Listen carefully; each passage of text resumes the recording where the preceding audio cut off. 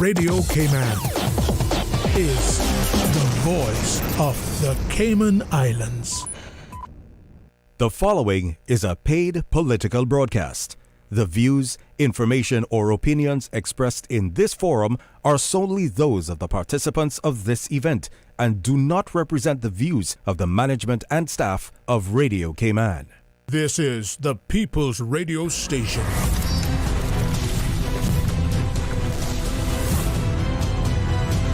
Radio Cayman in the Cayman Islands.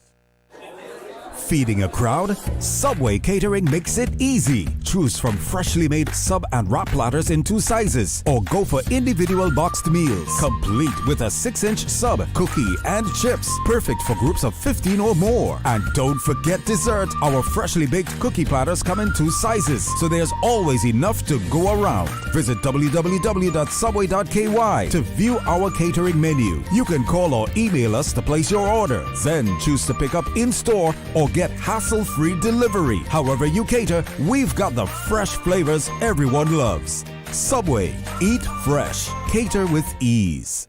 It's March Madness at Reflections. Shop the red tag sale until the end of March at Reflections. Save on kids, men's, and women's selected style shoes and sneakers. Brands like Nike, Puma, Reebok, and Dockers 50% off. Adidas 60% off. Ladies jeans in select styles at 50% off. And ladies tops from $9.99. Men step out in your Levi's $5.50. Now 25% off. All accessories and handbags 50% off. Shop the March Madness Red Tag Sale at Reflections all month long and be entered to win 2 Cayman Airways tickets. That's mad! Hey Cayman parents, we get it. You're underslept, over-trafficked. You can barely find your sanity in the morning because you're still trying to find your kids' shoes and lunch boxes. Let Yum take some of the stress away. Every day, over 3,000 students enjoy delicious, nutritious meals from Yum. Over 5 million lunches served and counting. Private school parents? Browse the Yum Cayman app and order up to a month in advance or last minute by 12 a.m. the night before. Government school students? Just drop by the Yum canteen. No pre-orders needed. Yum can't help you find your sanity, but we can sure make your mornings just a bit easier. Check out daily menus at myschoolpos.com or visit yumcayman.ky to learn more. Come on, let me in. I can't cope with Karen in the office no more, man. Another day of her can drive me mad. I got so much laundry to do home. Oh, another message? Man, is traffic not moving today or what? Come on, let me in now. Life is all about the choices we make to deal with the office Karens or sit in this long traffic, or a choice to pursue your dreams to improve your future. UCCI. It's not the classes, the grades, or a piece of paper. It's your ticket for the adventure of your choice. The choice to live your dream. Stop waiting on the path. Visit www.ucci.edu.ky. Choose your dream and blaze your trail today. At Enterprise Cayman, we're connecting ambitious minds with real-world opportunities. Whether you're an aspiring entrepreneur, tech enthusiast, or looking to expand your network, we've got the tools, training, and community to help you thrive. From career-boosting internships to hands-on startup support, this is where innovation begins. Don't miss out on the upcoming hackathon happening May 10th. Explore this and more today at enterprisecayman.ky. Enterprise Cayman. Innovate, connect, grow. Radio Cayman, the voice, the heart, the soul of the Cayman Islands. Good evening from Radio Cayman Studios. I'm Felicia Rankin-Solins, news reporter at Radio Cayman, and one of your moderators for tonight's debate with candidates from East End, followed by North Side. Also moderating with me is Orette Connor. Tonight's debate will cover a wide range of topics, including district and national issues. Let me thank each candidate for participating in this democratic process, which aims to help voters make a more informed choice among candidates for elected office. The format of the debate will begin with candidate introductions. Each candidate will have 2 minutes to deliver a brief introduction. During this time, candidates will introduce themselves, describe their qualifications, and outline their political platform.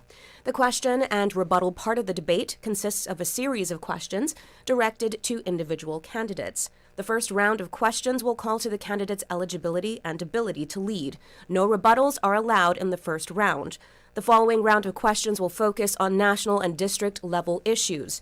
In the first round, candidates will answer questions in alphabetical order by last name. The following rules will govern this segment. Strict timing. The moderator will ask one question to selected candidates.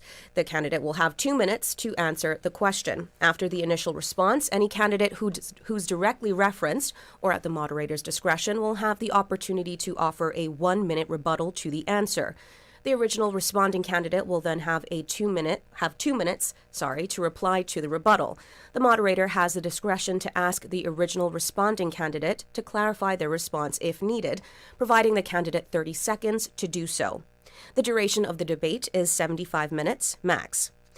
At the conclusion of the debate, each candidate will have 2 minutes to deliver their closing statement. During this time, candidates may summarize their platform and make a final appeal to the voters. The general debate rules are that each candidate is expected to stay within the time limits. The moderator will ensure strict adherence to the time limits and ensure each candidate is given equal time to speak. All candidates are expected to maintain a respectful and professional tone throughout the debate. Personal attacks and interruptions will not be tolerated.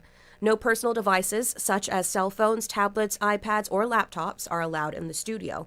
Notes are allowed, and notepads are provided. Having explained the debate format and general rules, I would like to welcome tonight's candidates for our first debate for East End, Mr. Roydell Carter, Independent, and Isaac Rankin, Independent. We will begin with candidate introductions. Mr. Roydell Carter. Thank you. I am Roydell Carter.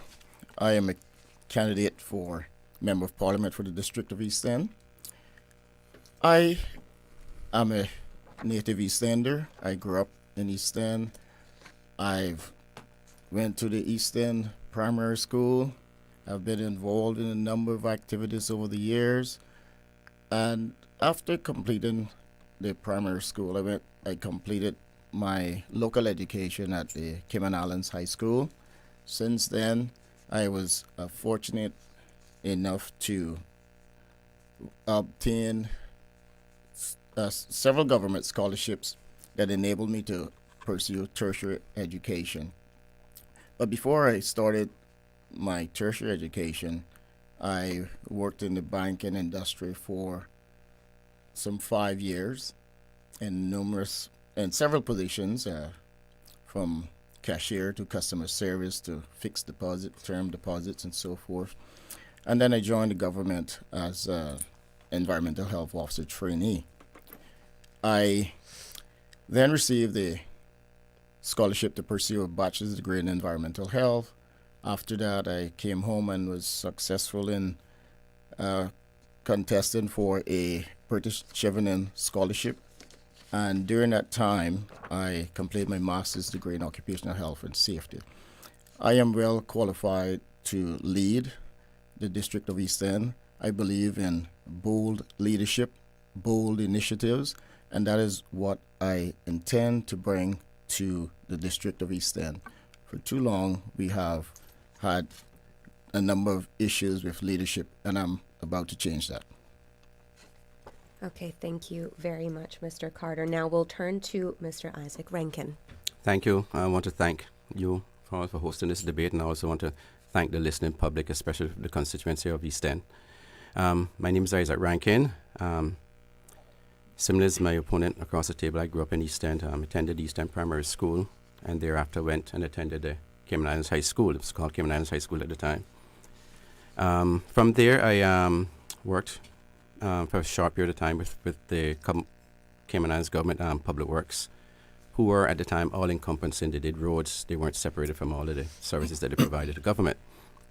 Thereafter, was employed by Cable Wireless, and they then sent me to college in the UK, where I attended and started in Cable Wireless as in the storeroom, worked my way through there, into leadership positions, managers positions, and then into the head office where I ended up being the technical support manager for the region. In 2003, I left Cable Wireless to start my own business. So I am aptly qualified to lead. I have leadership capabilities. I've shown that. I also have 4 years of experience as a member of Parliament for East End. And with those 4 years, I've gained a lot of knowledge and has even made me more capable of leading the district and this country. Okay. Thank you very much for your opening statement, Mr. Rankin. Now we will turn to the personalized questions. Mr. Roydell Carter, your question is, during your tenure as Director of the Department of Environmental Health, there were circumstances that led to an extended period of leave and ultimately your retirement from the civil service. With this history in mind, how would you respond to public concerns about your leadership, and how would you demonstrate your qualifications for public office? Thank you for that question. Certainly, during Director of Environmental Health, that comes with a lot of responsibility. I was in that position for some 16, well, with environmental health for some 16 years in that senior position. I was with government for 30 years, and during those years, I have excelled from the trainee to the Director of the Department of Environmental Health. It's a position that I certainly cherished, and during the years have been very productive in that position. The matter that you asked me about is a matter that has been resolved and settled and moved on with. There were no issue other than at the end of the day I decided that I would have taken early retirement, and that is how the matter was sorted out. There were no issues of impropriety. There was no issues of that kind of thing. So I am aware of that. I have since moved on. I had opened small businesses, and I was running those for several years. For the past 3 years, I was an adjunct lecturer at the University College of the Cayman Islands, where I taught the students, and to see them change through the knowledge that they've gained has been an inspiration as well. I've always served in public service, so I am well equipped for that. I am capable, I am competent, and I'm willing and ready to serve this country. Thank you for that answer, Mr. Carter. Now we turn to you, Isaac Rankin. Your question. In September 2023, you assumed the role of Minister for Border Control and Labor following your predecessor's resignation, which was attributed to concerns about the government's organization and leadership. Subsequently, during a cabinet reshuffle, you were appointed Minister for Youth, Sports, Heritage, and Home Affairs. In light of these developments, how do you respond to criticisms from the public regarding the government's leadership effectiveness, and what measures have you implemented to promote stability and progress within your ministry? Thank you. The events that you referred to gave me an opportunity to move up and establish myself as a minister, a capable minister within Customs and Border Control, and it included labor as well. Within the few months of that, there was another leadership change. The one thing I ensured that I supported the leadership to ensure that we have a stable government. What I've done and implemented is in part with the support of the civil service. While there's many criticism of the civil service, I, for one, cannot speak about those criticisms in the ministry which I held responsibility for, especially in my current Ministry of Youth, Sports and Heritage. I have excellent staff, excellent civil servants, excellent senior members of the civil service who has supported me, and I likewise them from the position of the cabinet. We have in the government itself, in the cabinet, when we had the change of leadership there, I supported that, and I can tell you that all the stuff we've implemented, especially in the last few months, we've had ultimate success in the leadership qualities of the government. Thank you very much for your response. We will now move on to the other part of the debate. I will now turn to my fellow moderator, Mr. Orette Connor.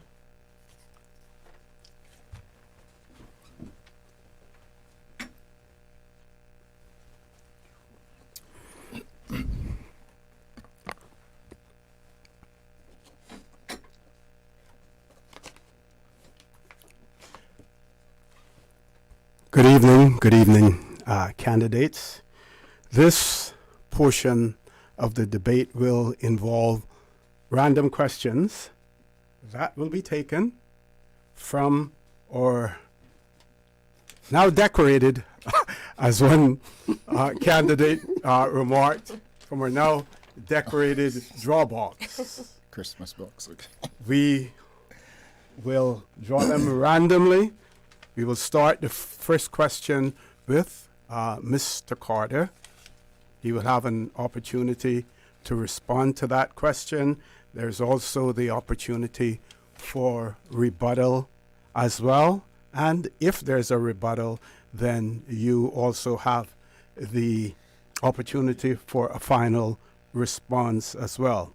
So to you, Mr. Carter, the proposed cruise berthing facility has sparked considerable debate with environmental concerns and economic benefits at the forefront.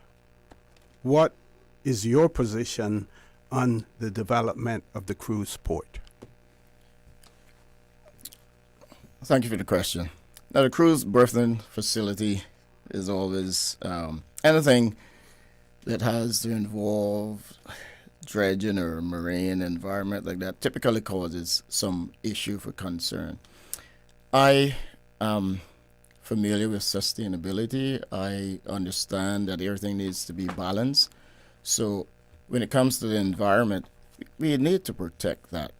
But at the same time, I am in support of a cruise berthing facility on the basis that the cruise berthing facility provides a source of income to the people of the district of East End.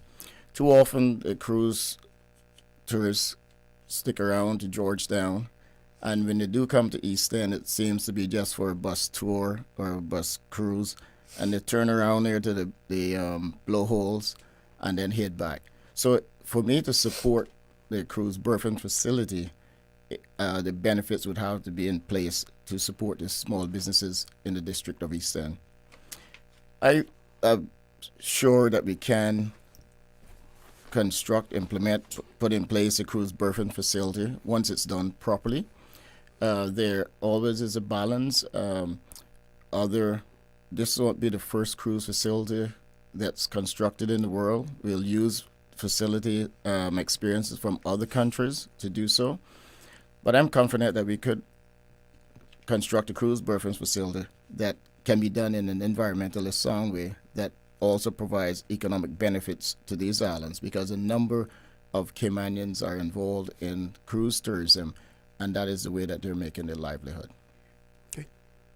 Mr. Rankin, do you wish to rebut or to add anything? Well, not necessarily rebut, Mr. Moderator, but certainly the cruise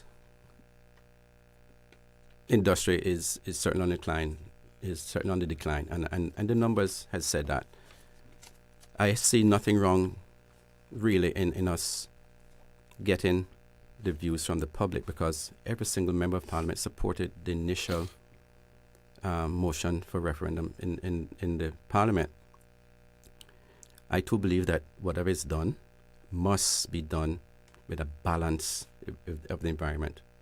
This is not rocket science. It's been done all over the world. We must be able to balance the effects on the environment and follow the process to ensure that whatever we do, it takes in consideration the people, the country as a whole, and also the balance and the effects on the environment. Thank you very much, Mr. Rankin. This next question is directed to you also, Mr. Rankin. The high cost of living in the Cayman Islands continues to burden residents, with significant expenses in housing, utilities, and groceries. What specific policies would you implement to alleviate this financial strain and make living more affordable for the people of the Cayman Islands? Thank you. The high cost of living is a concern for every single Caymanian. The government has implemented a number of initiatives, free school lunches, We've assisted over the last 4 years with during the high peak times of when people get high utility bills, with some subsidy of that. But we must find different ways of supporting initiatives such as food security. Food is one of the biggest concerns of the cost of living. We have imported inflation. It's not very much we can do about that because we import everything from overseas. But in also importing everything from overseas, we must also look at other sources, other areas where we can buy goods and services that, in some instances, where we can get it that much cheaper than where we currently get it from, which I'm sure high 90% of that comes from the north, our neighbor to the north. We can look at different initiatives in providing the generation of electricity, solar panels to help people reduce their utility costs. But the biggest impact that everybody must live with is the high cost of food, and we should be able to support initiatives such as food security, backyard farming, program that the government is about to roll out, leasing land to commercial farmers to help us with that drive to lower the cost of food in this country. Okay, Mr. Carter, for the benefit of our listening and viewing audience, would you care to supplement your response? Well, I just want to add quickly to that the incumbent minister had a good opportunity to help the people of these islands by at least working towards the minimum wage, increasing that. It came on his desk and he didn't do anything about it. That would have been one way in which you could help the people from minimum wage to actually gain and reduce it, help them with some additional funding to buy the food items that they need. I'm not sure why the incumbent minister didn't take on the Consumer Protection Act bill to help protect the local residents in terms of helping regulate the prices. And yes, the cost of goods every day is increasing, but there's some things that could have been done. I'm not sure the incumbent minister really took the time or the effort to ensure that that could have happened. The other thing is that, yes, the farmers need to be, the local farmers grow locally and support the farmers to help reduce the cost and so forth. Thank you, Mr. Carter. Mr. Rankin, you have been referenced in his response. Do you wish to respond to him? Absolutely, sir. My opponent mentioned the minimum wage and made reference to why I didn't do anything about it. Obviously, as a minister with responsibility for the where the minimum wage increase would have laid, I was there for 2 months. What he didn't say also was that if he read the report or not, he would have known who would have benefited from the minimum wage, and it was not the everyday Caymanians. When we increase the minimum wage, what are the other effects from that? Right? A mother who's struggling at home, who now has increased the wage of the helper who's looking at the child that she leaves at home that has to work 2 jobs. Has he even considered that in his rebuttal to me? I'll just leave it there, sir.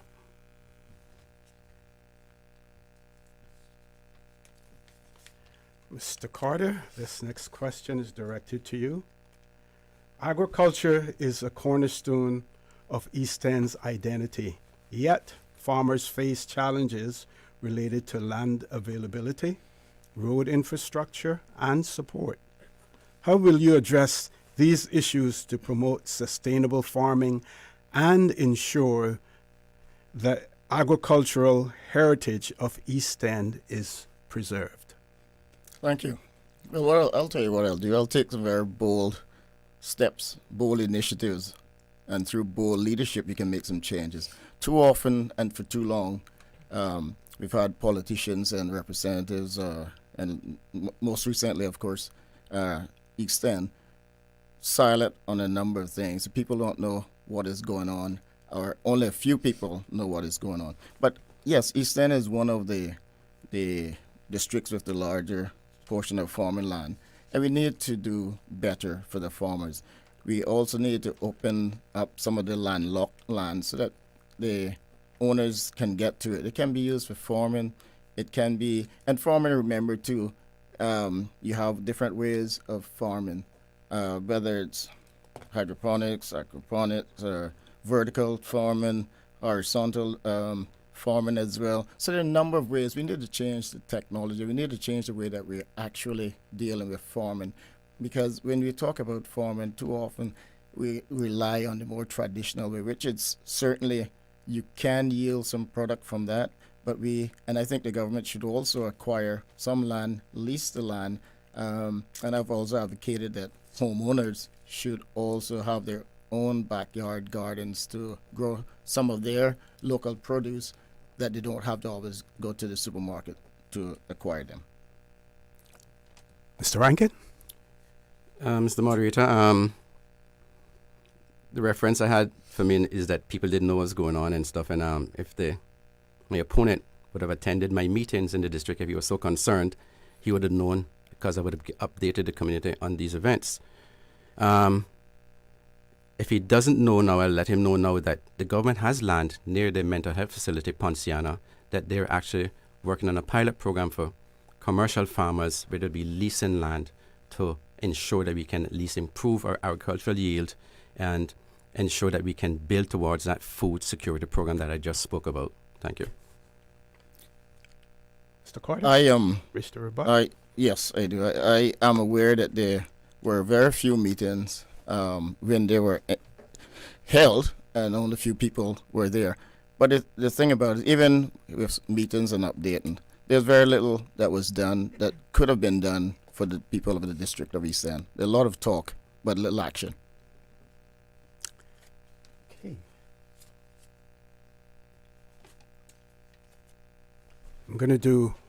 I'll be doing one more question, and then I will hand over the reins to my co-moderator, Ms. Felicia, for the next round of questions that will be drawn randomly. And question number 4, this goes to you, not number 4, so on this, but it's actually random. Vocational training. What initiatives would you introduce to expand vocational training and better prepare students for the workforce in the Cayman Islands? So sorry, can you just repeat the first part of that question again? Sorry. What initiatives would you introduce to expand vocational training and better prepare students for the workforce in the Cayman Islands? Okay, thank you, sir. Mr. Moderator, the basic response to that is that we must start from the primary school level. There have been tests that has been done and can be done that can tell you if our children, what direction they're aiming to go in. We must identify those students from early. We must put programs in place that start teaching them and putting initiatives on the table for the vocational training. There are several different programs in the country right now. The Clifton Hunter, not Clifton Hunter, but the John Gray High School has a fantastic vocational area. It has mechanics, it has electrical, it has plumbing, it has several different areas. But we need to start looking at our kids at much earlier ages. We have to plant the seed early. Not everyone can be a lawyer, a doctor, or an accountant. Our kids and Caymanians themselves, especially Easterners, were very skilled in the trade. They were very skilled in the trades, and they did very well, especially on the sea. But we must get back to a point where that the kids who are not going to do well in the professional areas, we must find other things for them to do. Developing workshops, community-driven efforts is another way as well that we can alleviate some of those bottlenecks that we have with bringing the vocational training especially to the District of East End. And my plan is to, once I'm elected again, is to ensure that we have at least some kind of training area developed in the district that will support the East End people. Thank you, Mr. Rankin. Mr. Carter, do you wish for me to repeat the question? Yes, go ahead for me. Okay. What initiatives would you introduce to expand vocational training and better prepare students for the workforce in the Cayman Islands? Sure, thank you. What I intend to do when I'm elected is to certainly expand the technical vocational training and certainly establish a facility over in the District of East End. But I just want to make it clear that while I was also at the university as a lecturer, I know that there were programs that were going on, and I never saw any East Enders attending those, or if any, there were few, and I wonder why. It surmised to me that perhaps the people of East End were not informed, they were not notified that those exist. I heard the incumbent minister refer to excellent program at some facility. So why were the East Enders not informed about those kind of facilities, and what did he actually do to get the East Enders into that kind of program? But the last thing I would say is that I would be doing mass training. Mr. Carter, Mass I training. apologize. Time is That's up. fine. What I would say is, I don't know how to phrase it right, but I tell you, ignorance is bliss sometimes. If my opponent knew of these initiatives being held where he was an adjunct lecturer, why didn't he then get the information out? Because I certainly wasn't aware that it was there, but he knew. He has East End at heart. Why did he let the people know? And why was East End not informed? The other thing he mentions that, yes, I mentioned some facilities, but that's at the John Gray High School. We have the Clifton Hunter High School, which should hopefully be able to implement some of those same measures there. They're two different areas, two different things. But there's the public works that everybody knows about, because we have EastEnders attending those programs at public works. There was the Inspire programs, and I knew there was EastEnders attending those because I was able to get at least 3 scholarships there for EastEnders. So I'm not too sure what my opponent is talking about.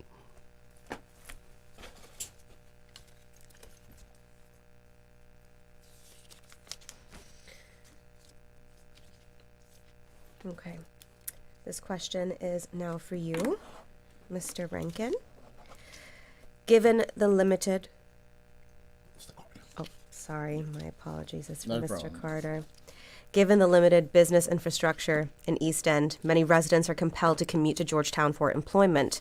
What strategies or initiatives would you implement to attract businesses to East End, thereby creating local job opportunities? One of the first things that I want to do is to try to decentralize some aspects of government, again, which is something that's been talked about for a long time. East Enders have to get up very early in the morning to deal with traffic going to work, and also dealing with traffic on the way back from work. So while that also relates to the traffic and transportation issue, which we'll probably come to later on, we need to decentralize some of those government services to East End.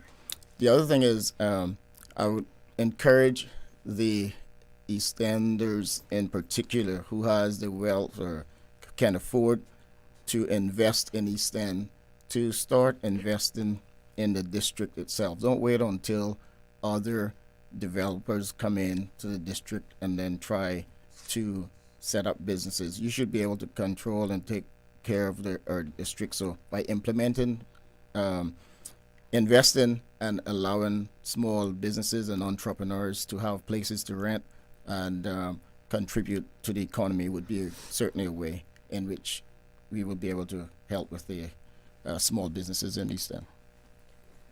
Anything to say in response to?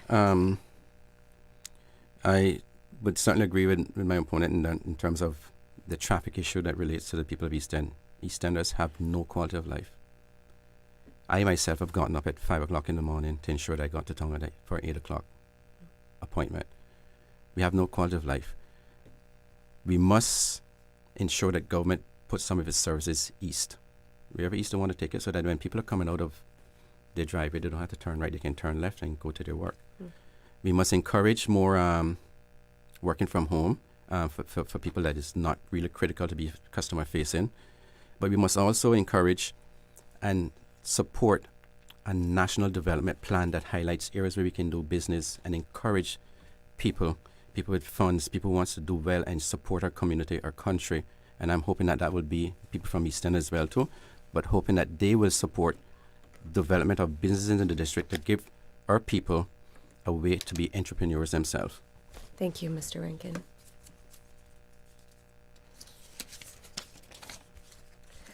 Mr. Rankin, this question is to you. The construction of new resorts promises to boost local tourism. How do you plan to ensure that such developments benefit the local community economically while preserving the cultural and environmental integrity of East End? Yes, as you were, I think the Moritz is one of those resorts that is actually started on another one of their buildings. That means that they have to hire people. There's a number of Easterners who are working there. I mean, we do know that they will then have to hire people in various different jobs. But with that, I know that there's also some plans to do another bit of commercial building across the road as well, and that's in the plans somewhere, I was told. The owner of the Moritz is adamant about ensuring that Easterners are employed. That's what he has portrayed to me. Now, there may be other issues relating to that, but certainly I would ensure that whatever development is happening there, I would seek to ensure that Easterners benefit either by working there or being given an opportunity to run businesses on the property or somewhere near the property.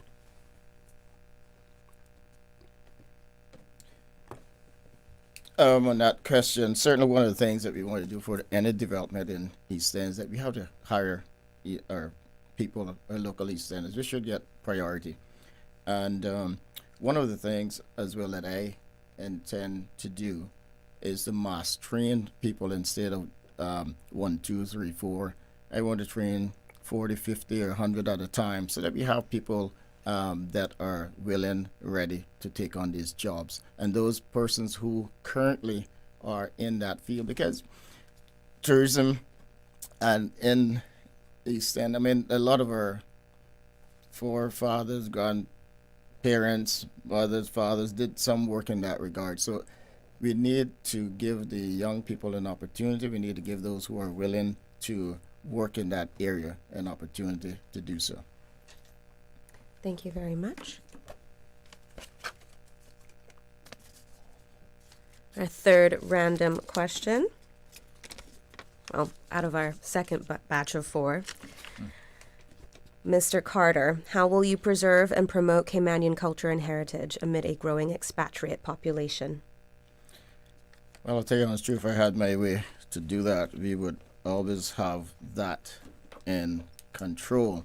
The thing about it is that in particular East End is one of those quaint districts still that has a lot of culture, a lot of heritage and values in there. And I value that. The people value those kind of things. So any of these developments would still need to be done within the sort of traditional building that we've had here in the Cayman Islands.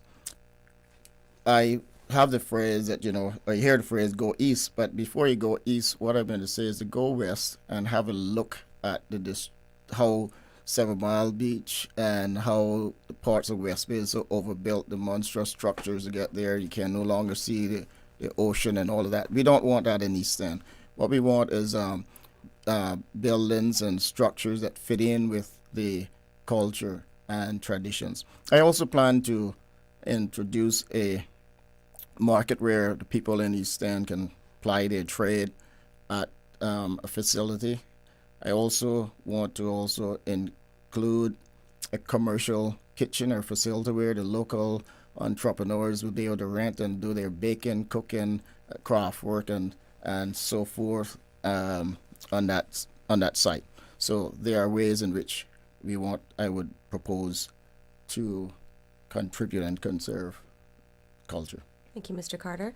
Mr. Rankin, anything to add? Well, from the ministry level, we implemented a number of initiatives that has been trying to bring back our culture and heritage. However, as a country, we have so many different nationalities, and their culture is slowly drowning out us, and we can't allow that to happen. My grandfather, his father, probably handed it down to my father, brought it to us, taught me. I know to do a lot of the traditional arts. I know what it was like.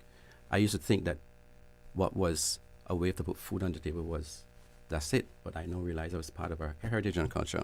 We've implemented stuff in the ministry, like ensuring people knows what our national dish is, the national drink, the national dessert, the national dress, the national dance, and away we from series of tidbits so that people can understand the parlance of who we are and where we're from. Thank you for your responses, gentlemen. On to... Do I get a rebuttal? Yeah. Elizabeth? Right. Okay. I just want to say that certainly we want to be able to keep the culture alive, and one way to do that is through education. I don't think that we're doing enough education for people, and sometimes people do say yes, other cultures dilute our own culture, but the real truth is we're not really doing enough to promote our own culture. So I think we need to start there, educating the people, educating our children at a young age, and have programs within the community, which I plan to do in East End, to allow for training and an opportunity for them to experience various cultures. Thank you. Mr. Rankin, this question is for you. With increasing development in East End and the rise in commuter traffic to Georgetown, infrastructure strain is a growing concern. What plans do you have to improve the road network and public transportation options to alleviate traffic congestion for East End residents? I'll say it now again, there's no magic wand for the traffic problem we're encountering right now. Again, the fast rate in which our population has grown has allowed everybody to own a car, and that's not working for us. We see what happens in the mornings. The East-West Arterial needs to be completed and built. I am a strong advocate for that, and I will continue to be a strong advocate for that. We must put a proper public bus transportation in place, a proper one that's reliable and it's going to be on time, and that people can also be on it. And then we can take more drastic measures to help reduce the traffic on the roads. But with development coming east, certainly we'd hope that instead of, again, people having to turn right to come to town, they'll just turn left and go to work, and then hopefully that will alleviate some of the traffic congestion we're seeing. The other thing as well too is, how do we stagger times for school and workforce? Because when school is not in, we don't have an issue with traffic normally. But you just can't stagger school times. You have to stagger work times as well. You can't do one without the other, because if you stagger work time, people then, I still have to take my child to school at 8 o'clock. So you won't get rid of that problem. So we must find initiatives that's going to create avenues again for our people to earn a living and be entrepreneurs in that sense. Thank you. Well, certainly, one thing I would agree in that there's no magic wand, but yes, we can continue to make improvements to the current system of traffic. And yes, like I say, people in East End lose a number of hours going to and from work, which in itself can contribute to various forms of stress, ill health, and other conditions, and including mental health. And we need to try to make sure that we don't forget those kind of things. The other thing is, certainly if we had more decentralized services in the Eastern District, it would be reduced fuel costs and cut down on the cost of living. We need to also have the proper and functioning, reliable transport system, because some of those bus routes at this stage, the drivers are not completing the route, and I've advocated for that if they're not complete the route and they're dropping people off, they should be fired. Okay. Rebuttal? No? Okay. Mr. Carter, this next question is directed to you. What changes do you think need to be made to Cayman's immigration policies to address the needs of locals as well as expatriates? Thank you for the question. I'm proposing that you have an immigration pause and during that period of time, we hire all of the Caymanians that are willing, able, and want to work. In addition to that, we need to stop relying so heavily on permit system as a revenue stream, because it seems that way. I am advocating for, and I'm with bold leadership and bold initiatives, that we need to mass train our people, because we can't make an impact in our own country training a few persons at a time. We need to send those off and train them by the 50s, 60s, 70s or 100s if we can find those to be trained. That's the only how that we're going to make an impact.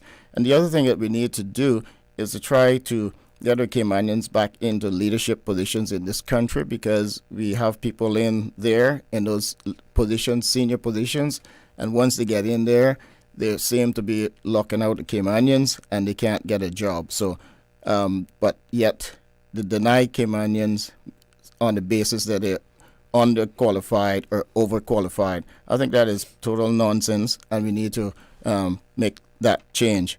The other aspect would be that, yes, we need to review the immigration policy, and I am all about renewing that and certainly making changes, especially the civil service. They should also go under permit and stick with a 7-year rollover period.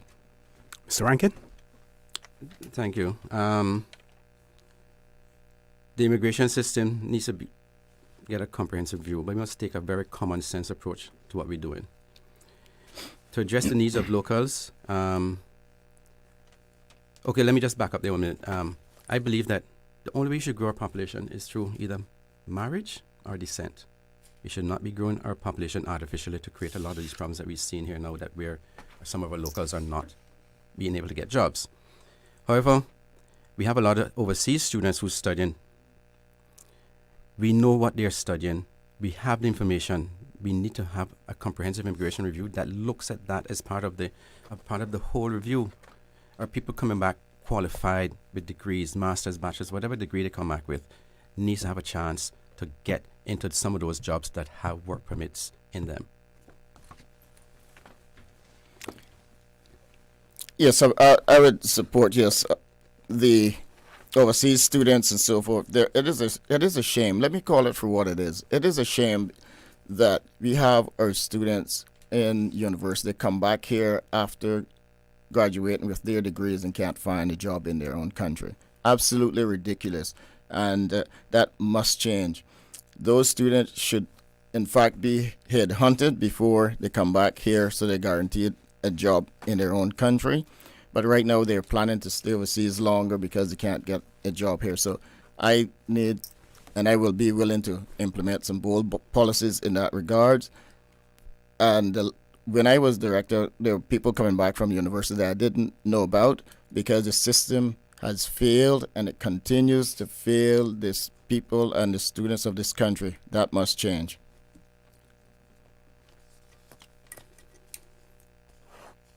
Okay. Mr. Rankin, in the area of economic development, which emerging industries should the Cayman Islands focus on for our future growth? Well, see, we've been heavily reliant on the financial services, and I don't see that changing anytime soon. We've been heavily reliant on tourism, and while some people are against the building and growth of cruise tourism, we need to also look at that as a balance along with stay-over tourism. But we can look at other things. We can look at sports tourism as one other avenue. We can look at medical tourism, which is happening now, but not on the scale that we would like it to happen. And then we can look at some of the other technologies, the Bitcoin and those sorts of technologies that we have to look at to see if we can grow our economic food chain. The other industries we need to look at, because Cayman doesn't have any resources except our people that we can rely on, and we need to have a solid view and solid review of what can work here in Cayman and what can't work to ensure that we stay on the top of the economic scale. Mr. Carter? Yes, thank you. The economic development, I think there are several areas in addition to finance and tourism. And quite honestly, with finance, and even though finance is one of the main pillars of the economy, if you ask some of the students or some of the people list the 6 main commercial class A banks, they probably don't even know. List who regulates them, they may not even know. The point I'm making here is that even with these pillars of the economy, we are still failing to educate our people and share the knowledge with them. But here are some other bold things that we could do. In terms of economic development, we can branch into technology because that's where a lot of things are going. Technology. That is, coding and a lot of the AI, artificial intelligence, all of those fields we need to move into, plus health and additional food security and farming in this country. I just want to add in and say while I agree with looking at the other technologies, we need to ensure again, and my opponent is a big advocate of training, that this is where a lot of training would come in. And certainly I am a big advocate of training as well too. But the AI technologies, all those different technologies, the emerging, we can do stuff like that in Cayman. Thank you. Okay. This next question is to you, Mr. Carter. Okay. Given recent developments and community concerns, how will you ensure that residents of East End are adequately consulted and their voices heard in future development planning and decision-making processes? Thank you. Well, one of the first things I plan to do is to set up, and once I'm successful as the next Member of Parliament for the District of East End, to set up an advisory committee to help me in the District of East End. Now, the incumbent has been there. I don't know what kind of committee he had set up, but you really need a proper committee to help in those areas. The other aspect is that the office will be in a position, we will communicate with the people. I will set up and have meetings, not just 1 and 2 here. I'll have regular meetings with the constituents. I will share information with them. I will have the website, web page where they can go into, and even more so, my office I will hire East End people who are knowledgeable of what goes on and how to run an office.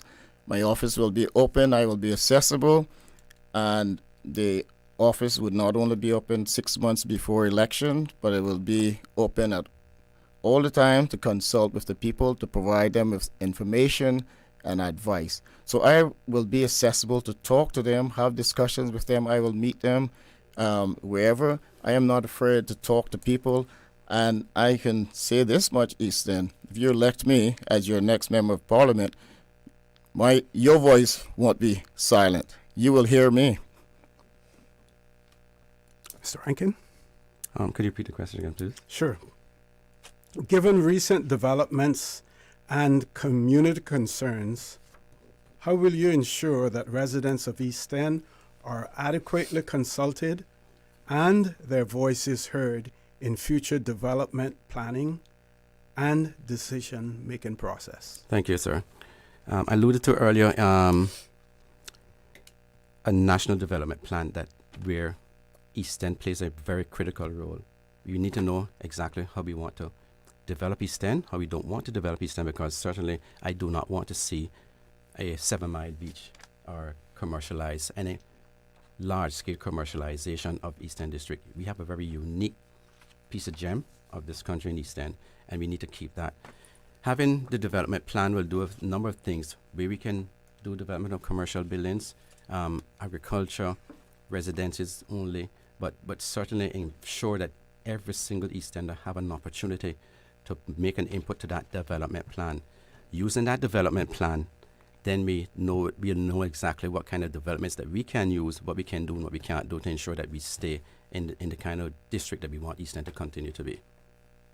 Final rebuttal, if any, Mr. Carter? Yes, and it's the incumbent minister. Again, there was an opportunity for you to move that development plan along. I'm not sure exactly what you did with that, but now it's been there. While you were there, you had an opportunity to work on it, but again, it's still pending. So while working on the development plan, time is ticking on, and I think one of the initial best ways is to communicate with the people directly. Plan or no specific plan in terms of the government formulating a hard plan.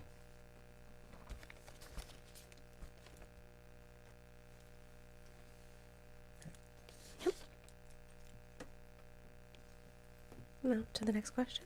Okay. Yep.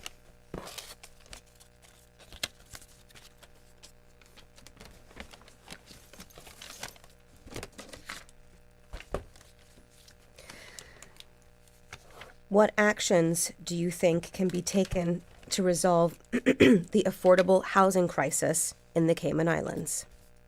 This question is for Mr. Rankin.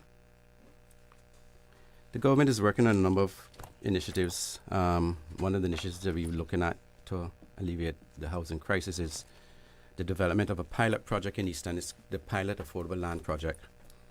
That is almost at its end stage. I guess I'd get accused of why I didn't move it along faster than that, but certainly we've worked on it. It's almost at the end stage. There's 5 homes being built in East End by the National Housing Development Trust. When we got elected, there were 7 homes that we completed. And listen to me carefully, I said completed. I didn't say built. We completed those under our watch. And 5 of those were given to East Enders, and the other 2 were to other Caymanians. But the 5 that are being constructed now is going to be given and has already been assigned to East Enders. But further than that, there's still 27 more homes to be constructed there. We need to look at other ways of helping people acquire property. And if this pilot land project works, it is the government intention, which I'm hoping that I'll be a part of, to continue that in not only East End but in other districts, to give our people an opportunity to own a piece of this rock we call the Cayman Islands. In addition, the pilot land project is for Caymanians, first-time Caymanians only. Well, EastEnders, we know that no houses were completed, as the incumbent minister did say. Some were finished off from the previous administration. Some have started, but quite a long ways to go. And the pilot program that seems to be taking place in East End, it seems like that pilot is still in amateur training. Hopefully he will progress very soon.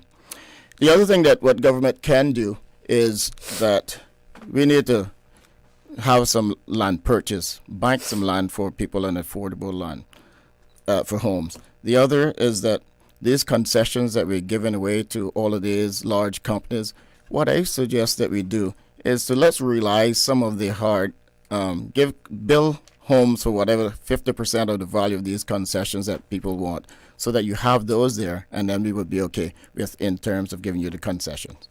I'll respond to that. My opponent spent several decades as a civil servant. He knows the process. If he doesn't know the process, you ought to know the process. You just don't go and say you're going to do something. I'm a process-driven person. I am not going to break laws on behalf of anybody. We follow a process to get things done. He spoke about land banking. What do you think the government has been doing by purchasing a lot of land so that we can do for Caymanians, right? We've been purchasing beach land. We've been purchasing land for conservation. And this is in East End. I'm speaking about East End.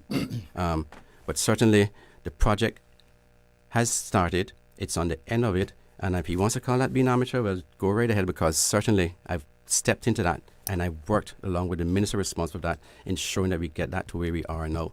Things does not happen overnight.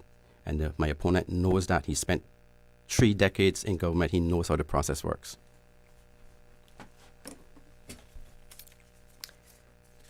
Our next question is for Mr. Carter. Considering the growing population and development in East End, what plans do you have to enhance community services such as schools, recreational facilities, and emergency services to meet the evolving needs of residents? Thank you. Well, I'll say this. A minister who knows what he or she is doing also knows how to get things done. So I've seen that happen before. In regards to East End and community services and so forth, one thing we want to deal with is the actual clinic. The clinic in East End needs to be expanded. It needs to have regular hours. It should also have, we should have an ambulance there, and we should also have a nurse on call 24/7. We also need to have a doctor on call. But I also want to issue this challenge as well to East Enders who are interested in becoming doctors and nurses. I would my best to facilitate that, and you getting the scholarships for that. So by being in the district, you'll also be aware of that. We all East End needs, in particular. Now, the minister said it bought all kind, incumbent minister say bought all kind of land, and I keep asking this question: why have you not built 2 toilets at the Donovan Rankin playfield, so that the kids do not have to go in the bushes to do number 1 and number 2? It is an outright shame that is happening, and it should not be the case. So one of the first things that I would get sorted out is to have proper facilities there. I want to expand the running track around the Eastern playfield, and I want to enhance some of the other services within the district. But certainly infrastructure also. And the last thing I'll say on this is that we don't need no sleeping policemen in the main road. What we need are alive and alert policemen and women doing their jobs. Would you like to rebut? Can you repeat the question again for my benefit and also for the benefit of the listening public as well, please? Of course. Considering the growing population and development in East End, what plans do you have to enhance community services, such as schools, recreational facilities, and emergency services, to meet the evolving needs of residents? Thank you. The East End district is certainly growing, not at the pace of some of the other districts, but it's certainly growing. And we see that by the increased numbers on our electors list. One of the achievements we had, we bought a piece of property next door to the primary school. And that's for some primary school expansion. Is it enough? No, it's not going to be enough, because I would like to see in my next term represent the people of the district that we look at other property that we can purchase to build a brand new primary school. My opponent spoke about the development of the Donovan Rankin football field. But the Donovan Rankin football field has been there more than 4 years. It's certainly been there more than 4 years. And he knows that. He quite well knows that. So for him to just show up 3 months before now, speaking about this, but I've been dealing with it for the last 3 years. We have plans. Those plans had to be sent back to get redone so that we can get something that's affordable and purpose fit for our community district. I'm sorry, your time is up. Yes. Minister is getting very good at kicking the can down the road, so to speak, because, again, 3 years and you can't get 2 toilet facilities built. At the same time, you transferred $1 million from your ministry to the Georgetown Park, whereas you could have, got $100,000 and transferred it $900,000, which would have been prioritizing the projects. But you need to be able to prioritize. You need to be able to get things done for the district of East End rather than kicking the can down the road and telling the people that it takes 3 years to do something. To construct a toilet facility or toilet facility, not the whole grand plan that you have there. That's fine once it's eventually completed, but a toilet facility should only take, and not even $100,000 to complete, a short period of time, 3 months at max. You can respond. Yes, I'd like to respond. You can respond in your next question. Okay, thank you. Okay, all right. But this current question, Mr. Rankin. The National Housing Development Trust has proposed affordable housing projects in East End. What strategies will you employ to expedite these developments and ensure they meet the needs of the local population without compromising the district's character? Before I answer that question for you, Ms. Moderator, I want to address a statement my opponent made just now. Said that I transferred $1 million to the park in Georgetown. That's an erroneous statement. I've never transferred any funds from my ministry to any park in Georgetown. So let's be clear on that. He should be knowledgeable and know that, because there was nothing transferred from my ministry for that. The only money that was transferred from my ministry was for the development of East End. And I put monies from my ministry towards that dock and towards the development of other areas in the community of East End. The National Housing Development Trust have, again, 27 more homes to build on their property they currently have in East End. While the 5 that's being constructed now will fit within the current model of homes that are there, the new 27 malls will be more efficient. It'll be a different design and have more features in the development of the homes itself. They have cleared the area. They are in the process now, I understand, because again, it sits with another ministry. Just for the listening public, it doesn't sit with my Ministry of Youth, Sports and Heritage. It sits with the Planning Ministry, and I support the Planning Minister in the development of housing around this country. But it sits with them, and they're working on getting bids out, as far as I understand, to develop the other 27. But they have to do a lot of work in terms of the utilities, putting in the utilities in the ground, getting the roads in and stuff like that. So that's what has been happening up there. Yes, thank you.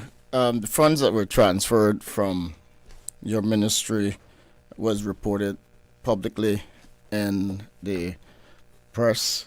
So maybe, I'm not sure if the minister is misinformed, but I don't know in particular that there was bad reporting. But the public can judge for that. The article was written. You can look for it.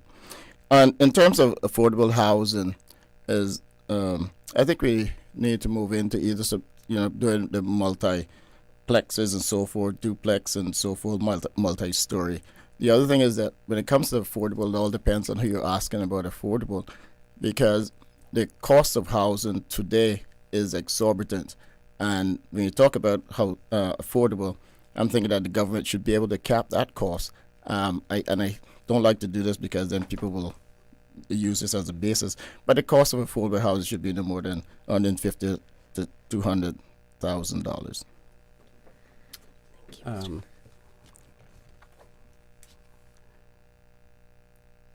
I'm smiling because if my opponent doesn't know, he should know. The cost of a 3-bedroom house by the National Housing Development Trust is $185,000. He speak about keeping East End in the unique way it is, but do we want to see multi-story buildings where people are staying in homes? This is not 7 Mile Beach. This is not condos. But certainly, he has his views. I have mine. And what we're doing in the East End, and along with planning and the development of the housing project, I am comfortable with, and I will continue to support that in other areas of this country as well. Thank you, Mr. Rankin. This next question is for you, Mr. Carter. Small businesses. What is your plan to support small businesses and entrepreneurs in the Cayman Islands? Yes. I'm glad to know that the cost is affordable when the government constructs those affordable homes, but it should be across the board. That's why the pace of affordable housing takes so long. People are on the list for years and years. We need to change that, incentivize the local contractors so that they can build the homes, and also people can build on their own property. The other thing is with small businesses in East End that there are ways you want to incentivize, and one of them, like I said, small businesses, you want to help them get with registration. You can lower the fees. You want to be able to give them or allow for them to rent places at reasonable cost, because one of the big things with our small businesses is the number of overheads and the expenses related to just running their operation.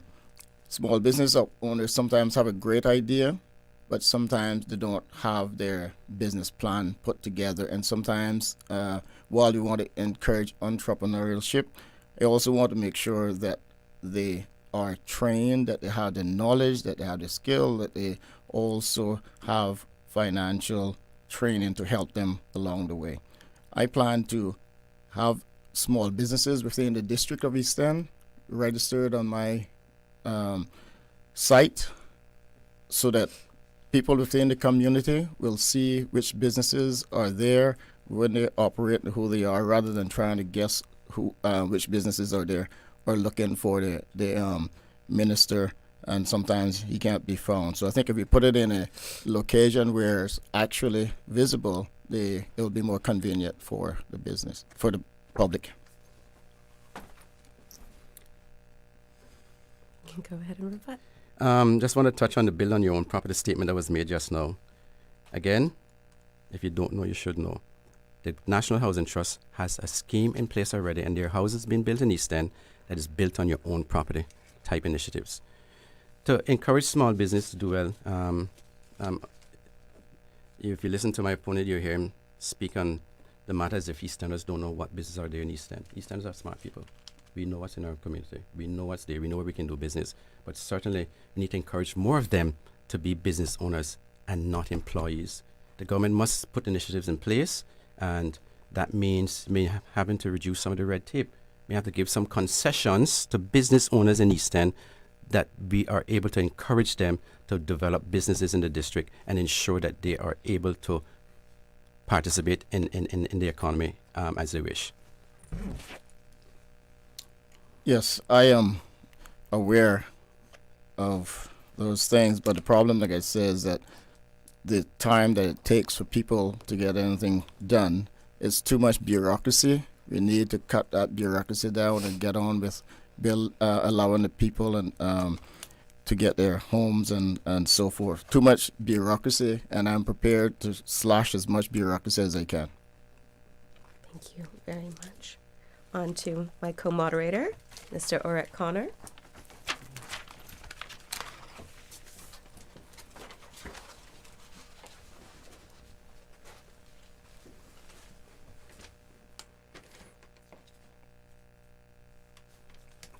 Go ahead.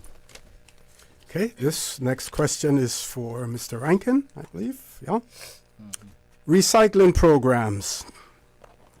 What is the importance of more effective recycling programs to reduce the waste going into our landfills? The recycling has a lot of benefits, but it starts with educating our people. It starts with changing the mindset of how we do things. One of the best ways to do that is with kids, because I can tell you what, kids go home and they teach their parents.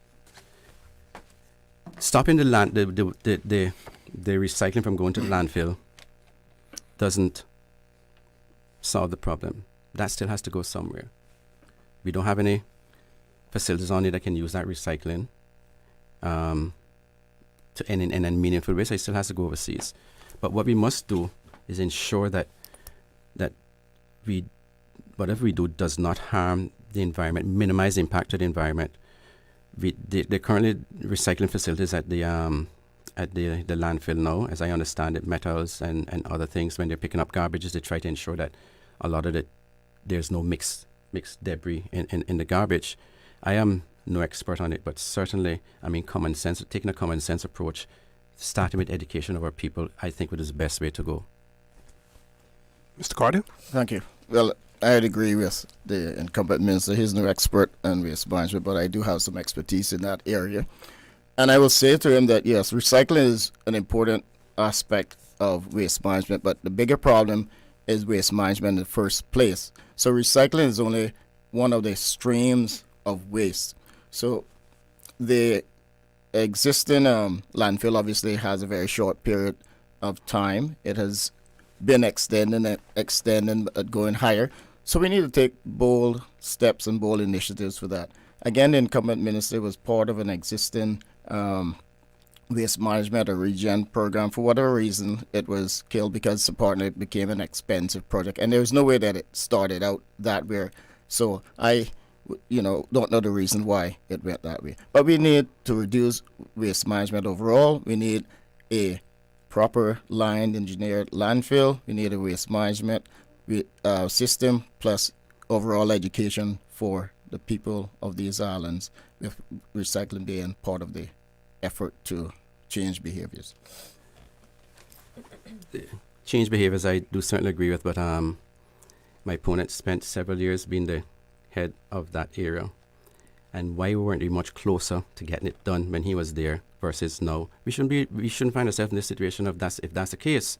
We should not find ourselves in this situation here, because that didn't grow overnight. It certainly didn't grow in the last 4 years. And in respect to us having to stop the regen project, that was a project in this concept right now that the country could not afford. We could not afford $1.6 billion and saddle our children with that debt. We could not. And I said the expense of it, how it got to that stage, I'm not sure. Obviously, they were checks and balances that were unchecked. Sorry about that, Mr. Carter. Sorry. I think we allowed you a little bit more time than we should have. But to you, what measures would you take to support the growing elderly population in the Cayman Islands? I would take every measure that I possibly can to protect and care for the elderly population. We need to understand, and if it were not for the elderly, many of us would have not been here because they're our parents or grandparents and so forth. So we owe them a lot. They toil this soil and this land in their years, and we owe it to them to ensure that they have a good quality of life in their latter years. To that end, I would be proposing proper facilities where the elderly can have various activities and the day and the evening, not just in small little rooms. Eastern has 2 civic centers, the only district so fortunate to have that, but they're underutilized. So for that, we can implement some programs there. I want to get the kids involved. I know that there is some partial program that's going on at this stage, but there's a lot of room for expansion. But we also need to protect the elderly, give them the discounts as well, give them the respect that they deserve, and certainly ensure that the elderly are taken care of. Mr. Rankin? My father is 90 years old, will be 91 this year. I hope to at least get near that. So I understand what it means in terms of an aging population in this country. From the my ministry level, we've opened up, we've converted the old teachers' quarters, old senior citizen home that was there before, into a community, intergenerational hub. And it says intergenerational for a reason, because we are using and hoping to have programs that the young and the not so young to collaborate, because we can learn from each other. There must be health and wellness programs put in place. This past Wednesday or Thursday at the Intergenerational Hub, the Community Center, there was a program there for the seniors and the elderly. There's a program in the district where they meet once a month to enjoy, play games and do other things, have lunch, but they collaborate there. So those programs are being built out. We have facilities in place, yes, and we can use them to do a lot more, but there are programs in place already, and we need to ensure that we do a lot more to our seniors, not just in Eastern, but around the country. Okay. And a follow-up, Mr. Carter? Yes. Talking about 91-year-olds, my dad's birthday was yesterday, too, so he has made it to 91, and I know the incumbent's dad, so I do wish him and the others many more years. But yes, the other thing is that people are living longer, and then some of the more prevalent health conditions are emerging, such as Alzheimer's and dementia. And I think we also need to get a better understanding of that, because sometimes some of the families are not quite aware of the changes in the person's behavior, and some elderly persons may actually end up being abused out of the lack of knowledge and the change in behavior. So from that perspective as well, I want to ensure that we look out for the well-being and care of the elderly. Okay, thank you. And this is now to Mr. Rankin. And we've spoken much, and questions have been asked about development in the islands as well as development in the District of East End. As development encroaches on East End's natural landscape, how will you balance economic growth with the preservation of the district's unique environmental assets? As I said, we need to have a balanced approach to our environment. I understand what the environment is. We knew about sustainability long before those people who claim to be experts and it came to this country. We knew about that from then. Our fathers, our grandparents, our great-grandparents, when they cleared land, they didn't clear the land wholeheartedly. I'm just using some examples. They cleared strategically. When we went fishing, we caught fish this morning, went back. So we understand what sustainability means. But I can tell you right now, Lucy, Mr. Moderator. If I have to make a choice between a Caymanian and a mangrove tree, I will always make the choice on the side of the Caymanian. I will never, ever, ever put a mangrove tree over the life of one single Caymanian. But I understand that we must have a balanced approach to any development that we do in this country, not just in East End, but anywhere. Mr. Carter? Yes, certainly. As development comes, it's like I mentioned earlier, and what he's saying is to be involved in that whole process. That way they can control the destiny, invest in it. We'd also want to maintain the cultural and traditional sort of designs and buildings of Cayman, of the Cayman Islands, rather than some of the other ugly, monstrous buildings that I see going around. And we should, like I said, focus on our traditional rather than importing everything from overseas. The other thing is that we need to be firm with this as well, rather than just letting everyone come in and build. Last point I'm going to make on this is that East Enders should refrain from outright selling out their properties if they can, but they should lease their property so that they have an income coming in, or if some investment is taking place that they want to buy their land, ensure that you find out what the cost of a unit is, and then you will be able to still go back on your property rather than selling it out. So lease your property and invest in your property. Okay.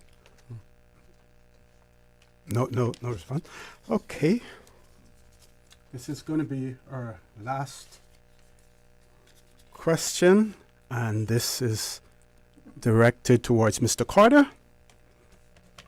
How will you address the potential impact of artificial intelligence and other technological advancements on the job market, particularly for white-collar roles? Thank you. But one thing is we need to be aware of it. Now, but we need to be trained. We need to train our people. There's no need to sit down and say, well, it's happening and I'm not sure. We need to be at the forefront. Oftentimes what happens is that we end up being followers, and we need to leap out in the front. We need bold leadership to jump out in the front to get these things done, not some backroom chat and talk and so forth. So train our people. Let's get it in the high schools, the primary schools, in our universities. Make it a free course, whatever it is, to ensure that people know. Now, the other thing about it, obviously, we need to put protective measures in place, because AI, someone can steal your identity and use it against you and all of those kind of things. You have all kind of crime issues with artificial intelligence, and the way that it can speak like you and look like you as well is another aspect of this identity theft. So we need to be able to put measures in place. I also would want to say that, listen, we need to put in place the fingerprinting mechanism that for too long we have had lip service on that, but we need that system in place to help track down, especially when it comes to these kind of systems where we can track people down and try to minimize those issues. Mr. Rankin? Mm-hmm. Would you like me to repeat the question? Or no, that's fine. AI technology, it's good and well, but what scares me about that is not the technology, is the people that has nefarious means in this, using this technology. And like you mentioned, in the white-collar jobs, and that's where we'll find a lot of the issues happening. AI technology will have its benefits, but people who are using it to better themselves in ways that should not be done will take advantage of it. You can train as much people as you want, and I certainly agree that we need to train our people in these technologies. I mean, one of the ways, if you look at GTP, because I am not one of those persons that believes certainly that technology, I like to be people-facing, but ChatGPT, for example, you look at how powerful tool that is. Again, we need to ensure that our people are trained, but also managed in such a way that the AI technology is not used to threaten the criminal elements. Okay. Mr. Carter, would you like to exercise your right? Yes, I would. I'm not afraid of AI technology. I think we need to be bold. That's what I'm talking about. We need to be bold, step forward, and train. We know it's out there, so let's not be afraid of it. We need to educate ourselves. We need to be able to understand what is going on. If we remain secondary or sedentary in this whole thing, we're going to continue to get left behind. I think we've had enough of that, and we've had enough nonsense, and what I'm prepared for is sense, bold leadership, and bold initiatives. Thank you, gentlemen, for your answers. You each now have 2 minutes to give closing statements. Mr. Carter, we will begin with yours. Thank you, Mr. Moderators, for hosting us. I'll say that, and also to the opponent. Eastenders, I am running in this race as the next member of Parliament because I hear your concerns. I hear your issues. I hear of the unfulfilled promises and the inaction, and we need to stop that. You are well aware of what the circumstances are. We need to be able to move forward with a positive approach. I am very committed. I am dedicated, and I will work hard for you. Your dreams are my dreams. Your aspirations are my aspiration. At the end of the day, we will be able to work together through my bold leadership, bold initiatives. Together, we will be able to achieve great things for the people of East End and the district overall. Thank you. Vote number 2, Roydell Carter, on election day, April 30th. Thank you. Ms. Rankin. My constituents in East End, I'm not going to come and give you no pie in the sky ideas, no pie in the sky initiative. Nothing that I know that cannot be achieved.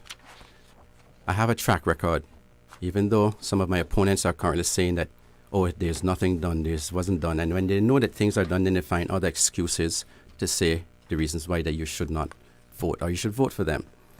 Certainly, I'm asking for your support and your vote to see another term, to see the projects that have been starting through to fruition. But there's much more work to be done. The world was not made in a day, from the local colloquial parlance. The world was not made in a day. And I'm asking for your support to help us get us through to get a lot more of these projects done. I am committed just as much as anyone else to ensure that East End gets a fair shake. I don't have to jump up in front of anybody and make any noise. I believe in quiet diplomacy, and I've gotten a lot of stuff done because of quiet diplomacy. It's not my demeanor. It's not the way I do business. It's not the way I treat my staff. I want to show you that you will have a member of Parliament. Once you re-elect me to support you and represent you in the Parliament, you will have a member of Parliament that is just as dedicated as anyone else to ensure that we get the best for East End. There was not one day when I went to caucus or cabinet that I did not fight for East End. I just don't have to jump up on a pedestal and shout and make a lot of noise to ensure that what we got for East End was well deserving on. For far too long we didn't get that, but we now are getting it. And if you change now, it will all start back again from the beginning, because people have different ideas and different initiatives because they're trying to sell you these pie-in-the-sky dreams. I will be there to continue with the development and the progress that we are making. Thank you. Gentlemen, thank you very much. You both earlier spoke about your fathers being 91 years of age, and want to congratulate them for that. So we know that not only does longevity exist in East End, but also staying power, because the both of you have answered a battalion of questions tonight, and I want to thank you very much. So folks, this ends this segment of the debate. Our next segment will be an interview with independent candidate and the incumbent for the district or constituency of Northside, Mr. J. Ebanks. So please stay tuned. We're going to take a commercial break. When we return, we will have that interview with Mr. J. Ebanks. Interact with Radio Cayman on Facebook at facebook.com/Radio Cayman for breaking stories. In the news, a 26-year-old man appears in court. For community events, updates, interaction, and more. Join our Facebook family today. Radio Cayman, your voice, your choice, your radio on Facebook. www.facebook.com/Radio Cayman. Feeding a crowd? Subway Catering makes it easy. Choose from freshly made sub and wrap platters in 2 sizes or go for individual boxed meals. Complete with a 6-inch sub, cookie, and chips. Perfect for groups of 15 or more. And don't forget dessert. Our freshly baked cookie platters come in 2 sizes, so there's always enough to go around. Visit www.subway.ky to view our catering menu. You can call or email us to place your order. Then choose to pick up in-store or get hassle-free delivery. However you cater, we've got the fresh flavors everyone loves. Subway. Eat fresh. Cater with ease. Come on, let me in. Oh, I can't cope with Karen in the office no more, man. Another day of her can drive me mad. I got so much laundry to do home. Oh, another message? Man, this traffic not moving today, or come on, let me in now. Life is all about the choices we make to deal with the office Karens or sit in this long traffic, or a choice to pursue your dreams to improve your future. UCCI. It's not the classes, the grades, or a piece of paper. It's your ticket for the adventure of your choice. The choice to live your dream. Stop waiting on the path. Visit www.ucci.edu.ky. Choose your dream and blaze your trail today. It's March Madness at Reflections. Shop the red tag sale until the end of March at Reflections. Save on kids, men's, and women's selected style shoes and sneakers. Brands like Nike, Puma, Reebok, and Dockers 50% off. Adidas 60% off. Ladies jeans in select styles at 50% off. And ladies tops from $9.99. Men step out in your Levi's $5.50. Now 25% off. All accessories and handbags 50% off. Shop the March Madness Red Tag Sale at Reflections all month long and be entered to win 2 Cayman Airways tickets. That's mad! At Enterprise Cayman, we're connecting ambitious minds with real-world opportunities. Whether you're an aspiring entrepreneur, tech enthusiast, or looking to expand your network, we've got the tools, training, and community to help you thrive. From career-boosting internships to hands-on startup support, this is where innovation begins. Don't miss out on the upcoming hackathon happening May 10th. Explore this and more today at enterprisecayman.ky. Enterprise Cayman. Innovate, connect, grow. Hey, Cayman parents, we get it. You're underslept, over-trafficked. You can barely find your sanity in the morning because you're still trying to find your kids' shoes and lunch boxes. Let Yum take some of the stress away. Every day, over 3,000 students enjoy delicious, nutritious meals from Yum. Over 5 million lunches served and counting. Private school parents? Browse the Yum Cayman app and order up to a month in advance or last minute by 12 a.m. the night before. Government school students? Just drop by the Yum canteen. No pre-orders needed. Yum can't help you find your sanity, but we can sure make your mornings just a bit easier. Check out daily menus at myschoolpos.com or visit yumcayman.ky to learn more. One radio station. Radio Cayman is the voice of the Cayman Islands.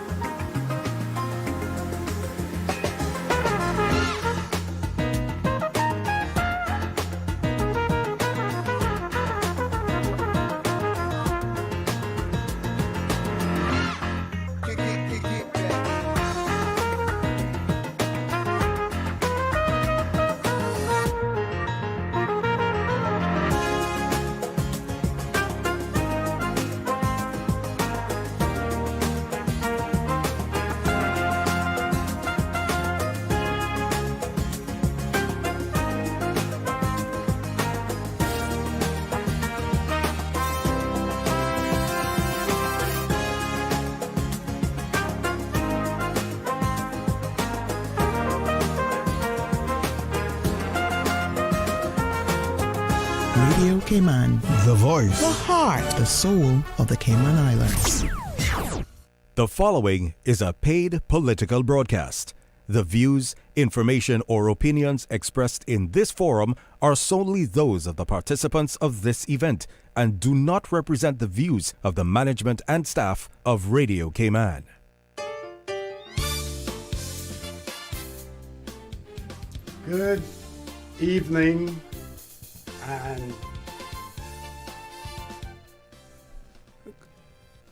Good evening and welcome back to our debate here on Radio Cayman. First of all, I'd like to extend my thanks to Miss Felicia Rankin-Solins for co-moderating with me on the first segment which involved two of the candidates vying for the seat in the District of East End, Mr. Isaac Rankin and Mr. Roydell Carter. Hopefully, and I think all of you who have had the opportunity to watch the debates will agree that as we go along, we continue to improve, and it also goes to show you the level of talent that we have here at Radio Cayman and all of the young Caymanians who are involved with Radio Cayman as well. So again, big shout out to Miss Felicia Rankin-Solins as well. It is my pleasure now to have in the studio with me Mr. J. Ebanks, who is the incumbent holder of the seat representing the District of Northside in our Parliament. First of all, I'd like to say welcome, Mr. Ebanks, and ask you to give some introductory remarks. Well, good evening, OC. Good evening to Grand Cayman, the listening audience, everybody in Cayman Brac, Little Cayman. I want to thank you all for hosting this event here tonight, and I look forward to having a real meaningful discussion with you, since it doesn't seem like it's going to be a debate. It's more going to be like a discussion evening. So look forward to it and see what the best we can do, and then how do we come up with the solutions, driven solutions, not the problems. We need to come up with solutions for the good ship, the Cayman Islands. Okay, I think some used to be one of our theme songs and mottos here at Radio Cayman. There are more questions than answers. That's so true. We're going to change that around and going to have more answers than our questions, huh? Okay. I'll leave that part for you, sir. First of all, explain to us your decision to defend your seat in the District of Northside. What prompted you to run for a second term? Well, see, what prompted me to run for the second term is the younger generation in this country, and seeing them coming up to me and just thanking me for all of the hard work, and seeing everybody all the love that has been shared with me throughout the whole island. People contacting me, people telling me that they're there, they're supporting me, even though they couldn't vote for me. They're pushing for me anywhere they go. That's what inspires me to continue to go on, and then also to want to make the Cayman Islands a better place than where I found it, and to continue to give back. Because as I say, I always tell people, I'm not a politician. I'm a servant of the people. So I'm not one of them that can sit there and tell you a bunch of lies. If that's what you're looking, that's not me, right? And so I'm a servant. When you come to me, I'm going to give you the facts. I'm going to give it to you straight. And sometimes that hurts, people's feelings sometimes too. But at least they respect you for being straight and honest with them.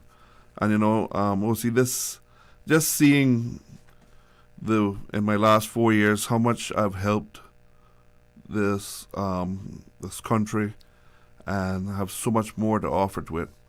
I decided that, seeing the younger kids that are always there. Matter of fact, I was at the Siwa race yesterday with them, and just looking around at the pictures that was taken, and there was at least 30 to 40 young kids from Northside there. That's what really pushes me and motivates me to continue, so that they know that they have somebody who's always in their corner fighting for them. So you know what, I decided that I think it was fitting for me to continue. And I always keep, and I keep saying it, I never want to be a career politician, right? I don't want to put my term in. I want to find someone else that wants to take over and go, because I do believe when you sit in the seat for too long, you do get stagnant and your ideas don't start to flow as much as it should have been as you when you first got in. So I always think that, you know, a little someone coming in and out is really good for the country, and that's something that I look forward to, is that, you know, one of these days I'll be able to hand this seat to another young Caymanian, Northsider, that is looking to, with his aspirations to become a politician. Okay. You have again chosen to run as an independent candidate. Can you tell us your reasoning behind that, and what do you see as being the advantages of running as an independent candidate? And I'll have another follow-up to that afterwards.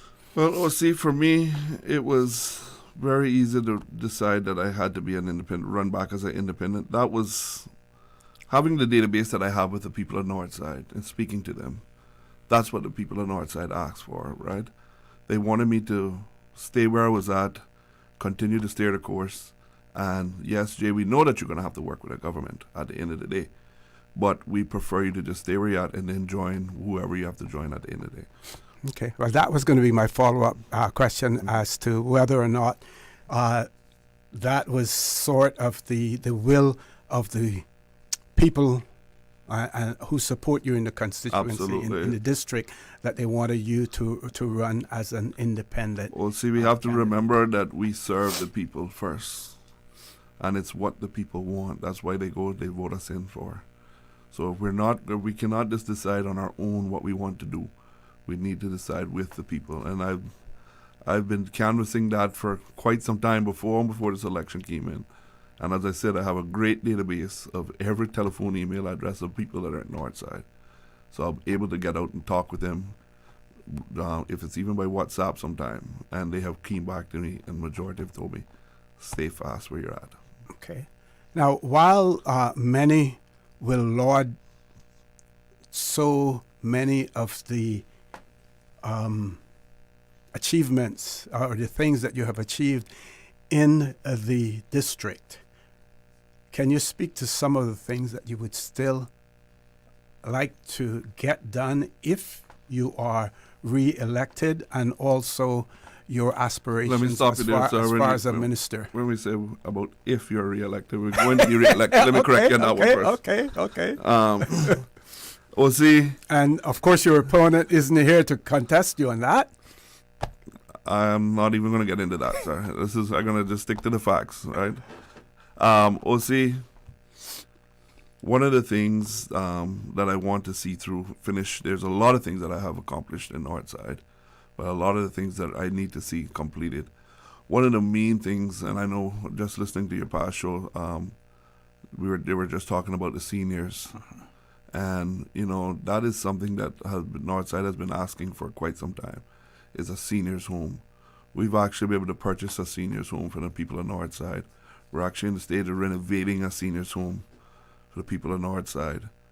You know, we're hoping that all goes well later on, and by the late part of this year, we will be able to open that seniors home and bring our loved ones back home that are outside to be able to come back to the district, where those people and friends and families can actually be able to visit them on a daily basis. That's number one.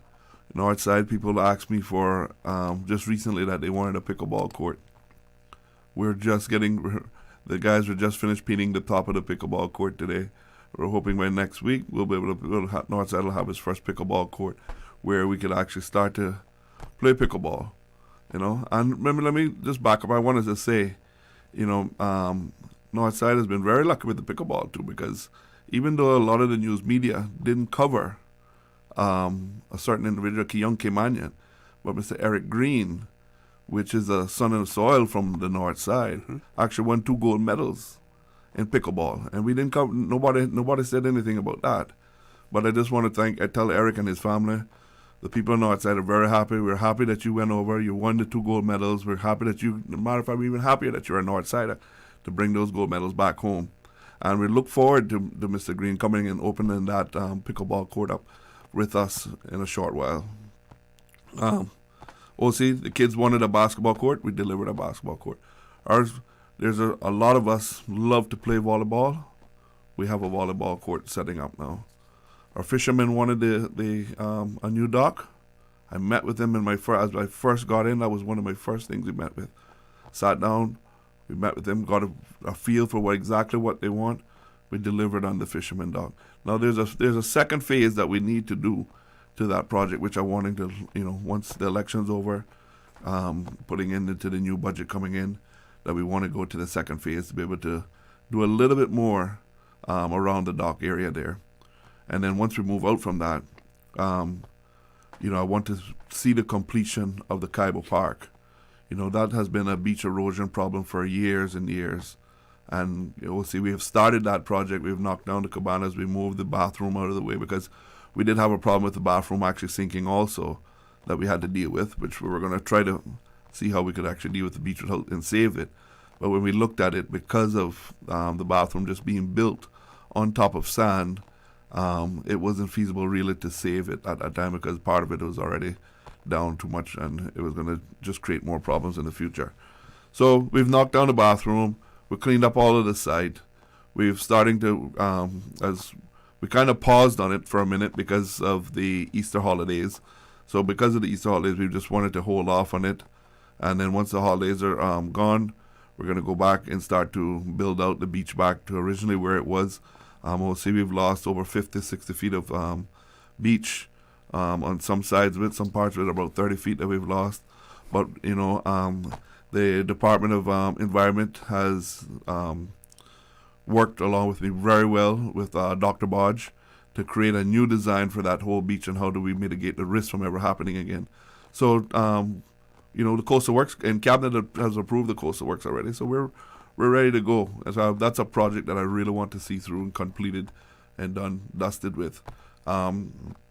There's the, I called it the Omambe Park, I call it the Whitaker's Park because that's what everybody asked me to make sure. It's named the Whitaker's Park in Omambe. Mm-hmm. And then there's another park that we're looking to expand on in the Hutland area where we purchased some property for the beach property there. Because what I wanted to do is, not everybody wanted to go to Rome Point all the time to have a birthday party. And I want to be able to make sure that the kids in that area or the families in that area always have beach access, no matter what. And a lot of the kids wanted to make sure that, as the saying always go, that famous song about Jack don't want us on their beach. I made sure that song can't be replayed in North Side for the North Siders because I ended up purchasing 9 pieces of properties with the government support throughout North Side. So North Siders have a lot of beach access right now that they can get to beach. And we know a lot of people come to North Side when it comes to for the Easter holidays for camping. So there's no shortage of beach access for us in North Side. And we want to continue the good works that we're on. We'll see there's so much more that we want to add. I mean, we want to look, again at the North Dead Mall Primary School. It was the first school to ever get a good certificate, right? Primary school. And we brought property next door to the school to do an expansion on the school.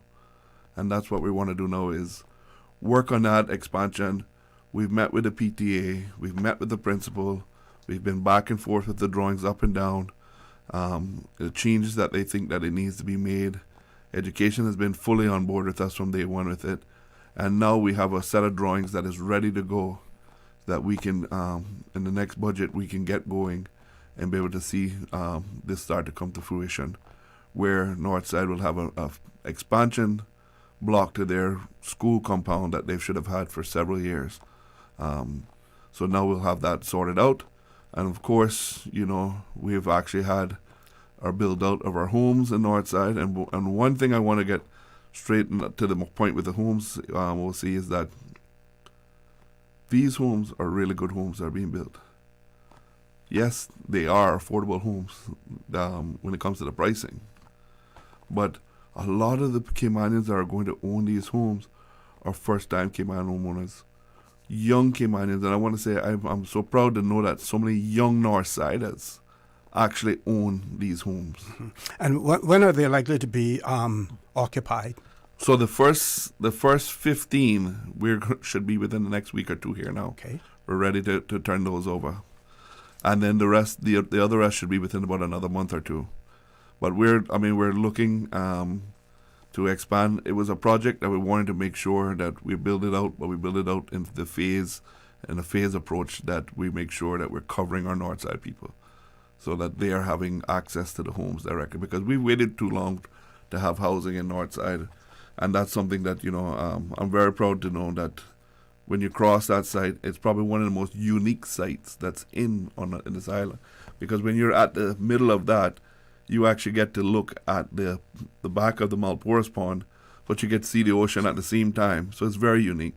It's a fitting property, and I really think it'll do well fitted in the district once we can fill it with the amount of people that we need in there. Okay. We know that during this election cycle there will be, rumors and misinformation being spread.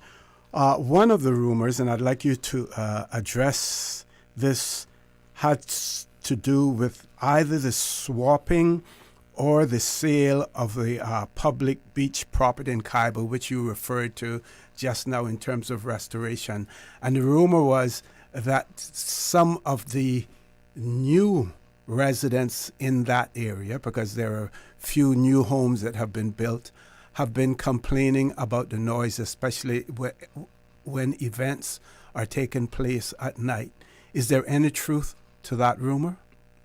That we had swapped there property? were plans either to swap or to sell the property there because of the complaints. Well, we'll see. Not under this minister. I can tell you that. I don't believe in selling land. I believe in buying land. So that rumor is that you're actually right. There's a lot of rumors and lies being spread in this election. So let's add the lies to it too, not just rumors. Mm-hmm. As the song says, rumors are spreading, but lies are spreading too, like wildfire. And that OC is absolutely lie. There has been no such conversation about selling off any government asset when it came to the north side. Matter of fact, I don't think it's been anything even about any asset in the government around the island. There has been nothing about that. Absolutely. Okay. Can we speak to the work that has been undertaken in north side, in the Old Man Bay area, in the launch and ramp area? We know that we as Caymanians, we see faces and we say, oh, there's a foreigner working there. A foreigner has been given the contract. But it is my understanding, and correct me if I'm wrong, that the works that have been contracted out there have been to Caymanian companies. Can you speak to that? Well, see, you're absolutely right. First off, the owners of these companies are Caymanians. And everybody that owns a license in this country goes through a system where the government works is they put everything on bonfire. You have your credentials on what you have to do to make that category. You get scored off everything. And it's very transparent because that's the one, and because no politician gets involved into it. And it goes to a board, and the board selects how that process and who gets to choose that there. But what you can say is that maybe work permit holders might have been working there, but who owned the business? It is a Caymanian that owned the business. Unless you're saying that we don't want Caymanians to be building stuff for us now, is that what we're saying? I don't know. So you tell me. You ask the question. Okay. We're going to continue to talk about the district itself. And I believe in earlier conversations with you on my show, you speak about the acquisition of property to the east of the cemetery, I believe, in Old Man Bay. That's correct, OC. Can we talk a little bit about that? We've purchased the property just east of the Miller's Graveyard on Queens Highway. So Northsiders own, to us, most Northsiders know that property as we call it Jackie Bay. And so Northsiders own that whole entire beach now, from the Miller's Graveyard to the next house where the fence is there. That's all their property. They can do what they want, they feel to do with it. But again, it was a property that had history into it. And that was when I seen it came up, I thought it was just fitting for us being that we had owned the property next door, that we should own everything right there. And there's another property that I would love to get if it ever comes up for sale. I'm keeping my eye on it. But I can tell you, I have no fear in saying this, OC. Mm-hmm. I love to buy the property so that my people can have access to the beach. And that particular beach is something that I would love to see one of these days. And not all of the beach, but there's a section of it which we call the Bo Miller Beach also, which is just behind the Miller's Graveyard. That particular, next to the Bo Miller's Beach and behind the Miller's Graveyard, one of these days I would love to see a catboat museum put there. And the reason I'm saying that is because that was an area known for where the catboats was actually being made and would come off from that area there. So I would love to get back one day to our histories to say, you know what, we may have did this 80, 90 years ago, but here we are today, be able to launch another catboat and being built there. And that's something I've spoken to Mr. Miller already and his brother Jerris about, that I would love to see bring back to North Side. Let's talk about some road infrastructure work in the district as well. The plans for the road next to the junction by Jack's gas station, and also what is being done at the Frank Sound junction at this point in time as well. Yeah, well, see, we've, when I came in office, I know for several times we've been on the district council before. We've had talks about how we can actually fix that corner by the gas station. And, you know, I seen the approach came up where we had the opportunity to just clean that corner up and to be able to remove that house that was there, but also put the turning lane into Queens Highway. But part of that property we're going to do is going to be for the overflow parking for the Ronald Forbes playfield. But then in a section of it will actually be where we're going to put the new bus stop, but also so that we don't have the bus stopping right on the very top of the road, unloading and picking up passengers. There'll be a lane that'll be off to the side that the bus can just pull off and get out of the road, pick up the passengers or drop off the passengers that are right there. Because for some reason we see that a lot of the passengers that are catching the bus love to stand up right by the gas station. So we decided if we put a little slide off lane that the bus can come in there, and you won't have to worry about coming around the corner and a bus is sitting right in front of you. But I mean, the good thing now is that once you get by the gas station, you can see clearly what's coming around the corner. And by us putting in the speed tables, it actually slows the vehicles down that are coming in around the corner. Oh, see, I mean, don't hold me to the number, but could have been about 6 or 7 accidents happened in 1 year right on that corner. They just kept running right into that wall. Or the light pole that was there. Yeah, I mean, it just kept happening. And it happened so much so that, I had to get NRA involved. So look, we need to look at this. I mean, the neighbors even called me and says, Minister, you need to look at this before they end up in my backyard, right? So we went out there, we put guardrail, removed the section of, we had a little section where we used to grow like a planter's pot. We removed that section out of the way. We put a guardrail on the side. We've allowed then the people that are coming out of Queens Highway Road now to actually be able to physically take the corner a lot more, but actually be able to see what traffic is coming down on them. So it makes life a little bit more safe, a little more easier coming out of the road, but the safety aspect of it is also being fixed at the same time. And we'll see when you talk about the Frank Sound Junction, what we're doing there now. What I wanted to get to in the Frank Sound Junction is we had a few accidents out there, right? And it's a 50-mile-an-hour highway. And thank God nobody has died. But if one accident, 2 accidents is too many. And I've run this safety program that we want to be able to go from to by 2035, where we're having 0 deaths on our road.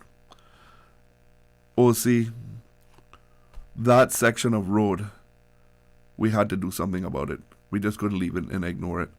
So what we decided now is that we were put a turning lane coming into North Side that separates that main highway lane, so that, because we know a lot of people don't use their indicators when they're driving, and so once you're in that turning lane to go to North Side, you have to physically take that lane.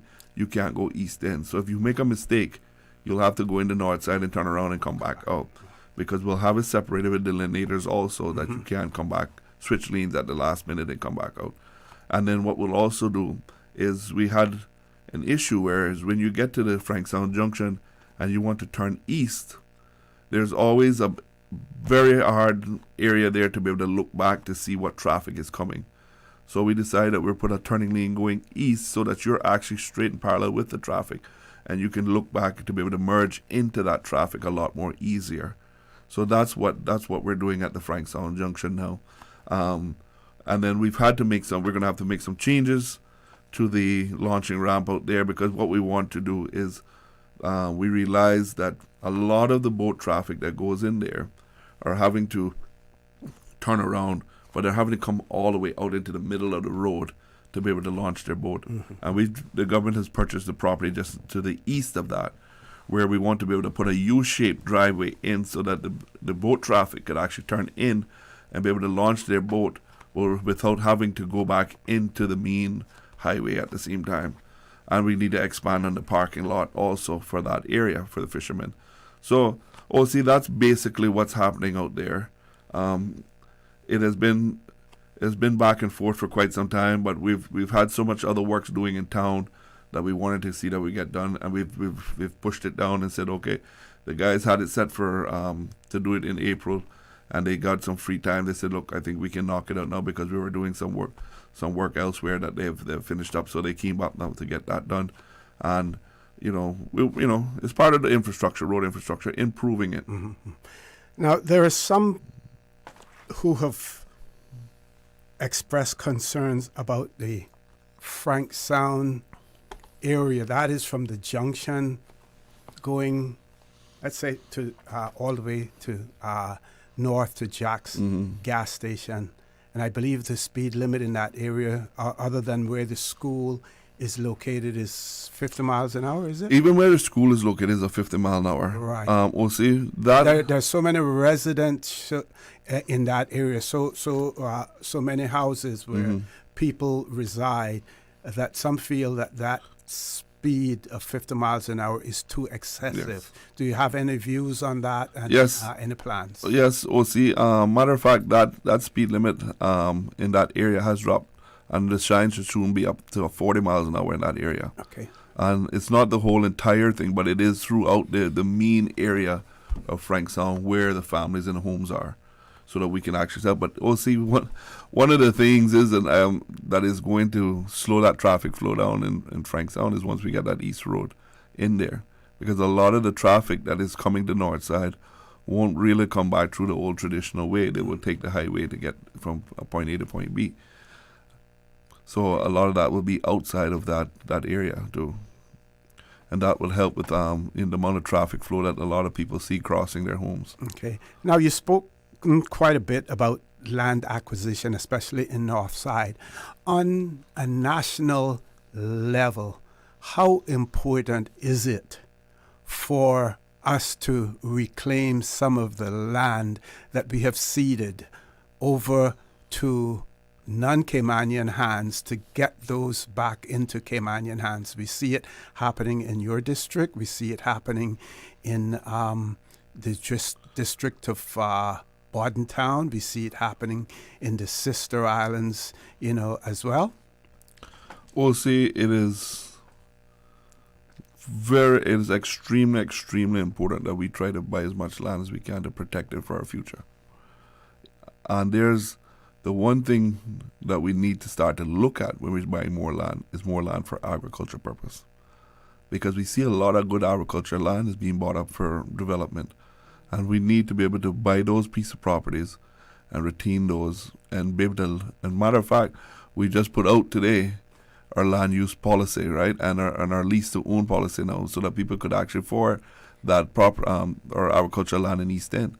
But we need to be able to develop more land in the eastern side of the island, and not only wherever we can find it, but the good farmland that we have left. I mean, we've had so much good farmland in the Newlands and Savannah area that is just gone from us, right? And it's very important that the government continues to buy as much land as they can, as much beach access as they can, but we need to be able to take food security in this country very serious.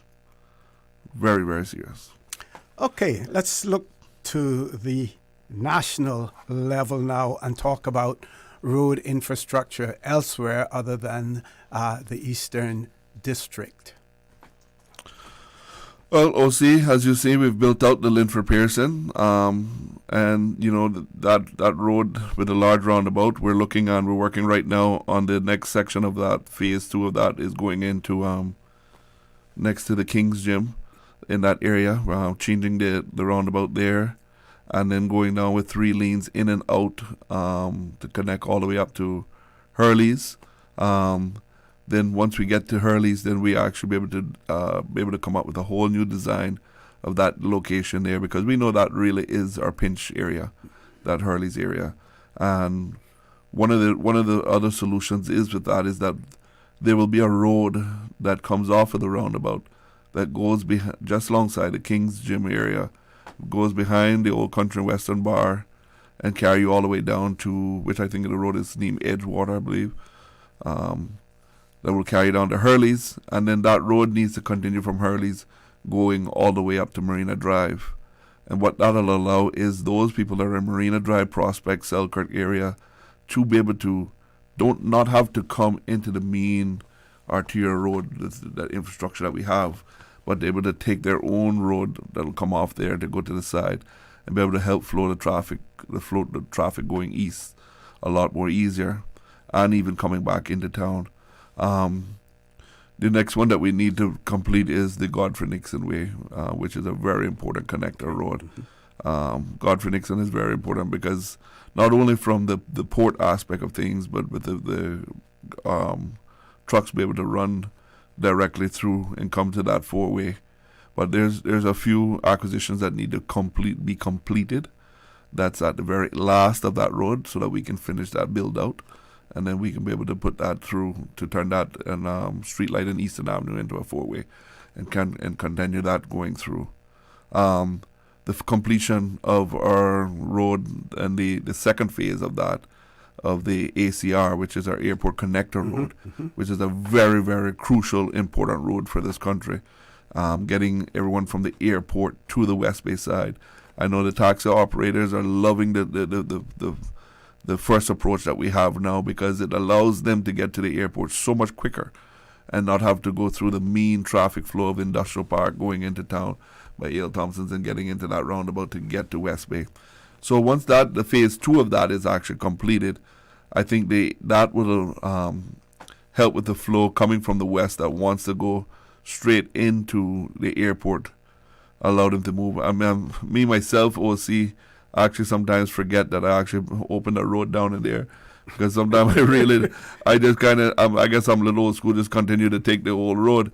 But then when I get down to West Bay, I realized, good God, I could have cut traffic by 20 minutes if I had just went through that road. But I guess, I don't live on that side of the island, so I really don't cross it every day to remember about it. But I've had so many operators call me and tell me, say, listen, it has been a blessing to have that road for them. It has been a real blessing, because it says they can get from point A to point B so much faster. And, this is something, the phase that we want to see out. And the next phase of our infrastructure is to, see, just for the agriculture show, for their east-west RTU, where we put the connector road just coming off from that. And I think this year for the agriculture show, we fixed that traffic flow proper. Didn't 100% fix it, but we did a really good job at it, coming from town. Well, I think we created a little bit more bottleneck coming from the eastern side.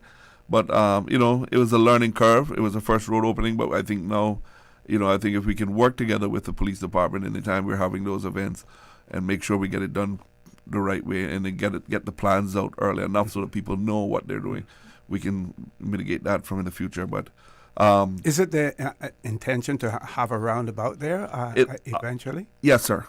So what that particular road will do is, that road for right now will serve, and then we're going to open that to the traffic shortly. We're just waiting on CUC to put the poles in so we can have lights on it, and then we're going to open that to the traffic flow. What that'll allow you to do, because we know we have a pinch at Countryside, and if you come out of traffic, flow goes very quickly until you get down to Spots Newlands, and then you start to get that stopped again because you're trying to get through Countryside. Now that traffic will have an alternative to be able to come through from the east-west road to get around Countryside, but there will be a roundabout there to be able to carry them on to the Eastern Way, and while we continue to build out the East-West Road. So this small connector road will help relieve some of the problems that we have right now. It's just I don't want to call it a temporary band-aid, but it's a similar thing like that, where we can get around the Savannah Pinch area. And once we can get up to Wilty, northward, in those areas, Lookout Garden, then a lot of that traffic will have that alternative then to be able to take two roads, whichever one they need to feel fit to go on, and be able to relieve that. Because that way we won't have, 1,000 odd cars on one single lane anymore, Now, there are those who say that we can't build our way out of this traffic problem by simply, expanding our roads or creating new roads. What other initiatives do you envisage to address the mounting traffic problem that we are facing in the Cayman Islands? Absolutely a good question, O.C. Yes, we know we can't build our way out of this traffic problem. But O.C., we're going to have to take a real strong approach and really look who can own a vehicle in this country. That's one of the main things we're going to have to look at. And we'll have to narrow that down. But again, at the same time, we need to be able to fix our transportation system at the same time. And a lot of people don't want to get in a bus to just get in a bus to be able to end up in traffic again. So once we build out our transportation system, then we need to look at who's going to be able to own a vehicle in here, in this island. I mean, we know a lot of people that come here has never owned a vehicle in their life. They have used the transportation system, they use the bicycle system, they've used these e-bikes to get around. So it's nothing new for them when they come here to be able to continue to ride a bicycle. I see you every Sunday in Northside. You enjoy the bicycle coming that direction. I know you got good roads in Northside, so you don't worry about potholes. But I mean, this is something that we just need to take the serious approach about it.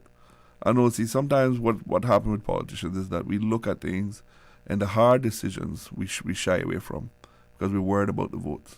Well, see, I was put here to make a decision for my people. I will go back to make and let my people know what decision I'll be making for them. And they give me that approach and tell me if this is what they want to see done, that's what they want to see done. As I always said, OC, I have no connections and no special interests. Only people in this country that I am connected to is my people on the north side and the better people of the Cayman Islands. That's what I am connected to. Okay. On that same note, there are some politicians who have failed in their endeavors because they have put national politics and national objectives ahead of their local constituents, and the saying is all politics is local. Yes, sir. How have you been able to balance the two and to navigate, that very dangerous course? OC, having a good team, having a good network. As I said, when I first started, I have a really good network of my people, database of my people in the north side, keeping them up to date on what's happening, feeling them out, having meetings with them. That's how you be able to do. And as I said, I have a strong team in my constituency that are really backing me all the time. And you can go to any one of them, and pretty much any one of them can answer you, or they can tell you, listen, I'm going to get the answer for you shortly, and I'll be able to get back to you. And they will contact me, and we'll be able to, if it's a meeting that somebody wants, whatever it is. But you won't survive, and I'm just speaking from me. I don't know how other people are doing it, but as a minister, you'll get caught up in such a high level stuff so quickly that you will fail to be able to realize that you have a constituency to run also. And that's where that team comes in play, to make sure that they're keeping that groundwork network down there for you and relying back on the information that you need and get this stuff done that the people need to do. But it's just keeping involved with the people and be able to keep them up to date. That's what our people really want from us, and they want to make sure that they are being involved and that their politicians making the right decision for them.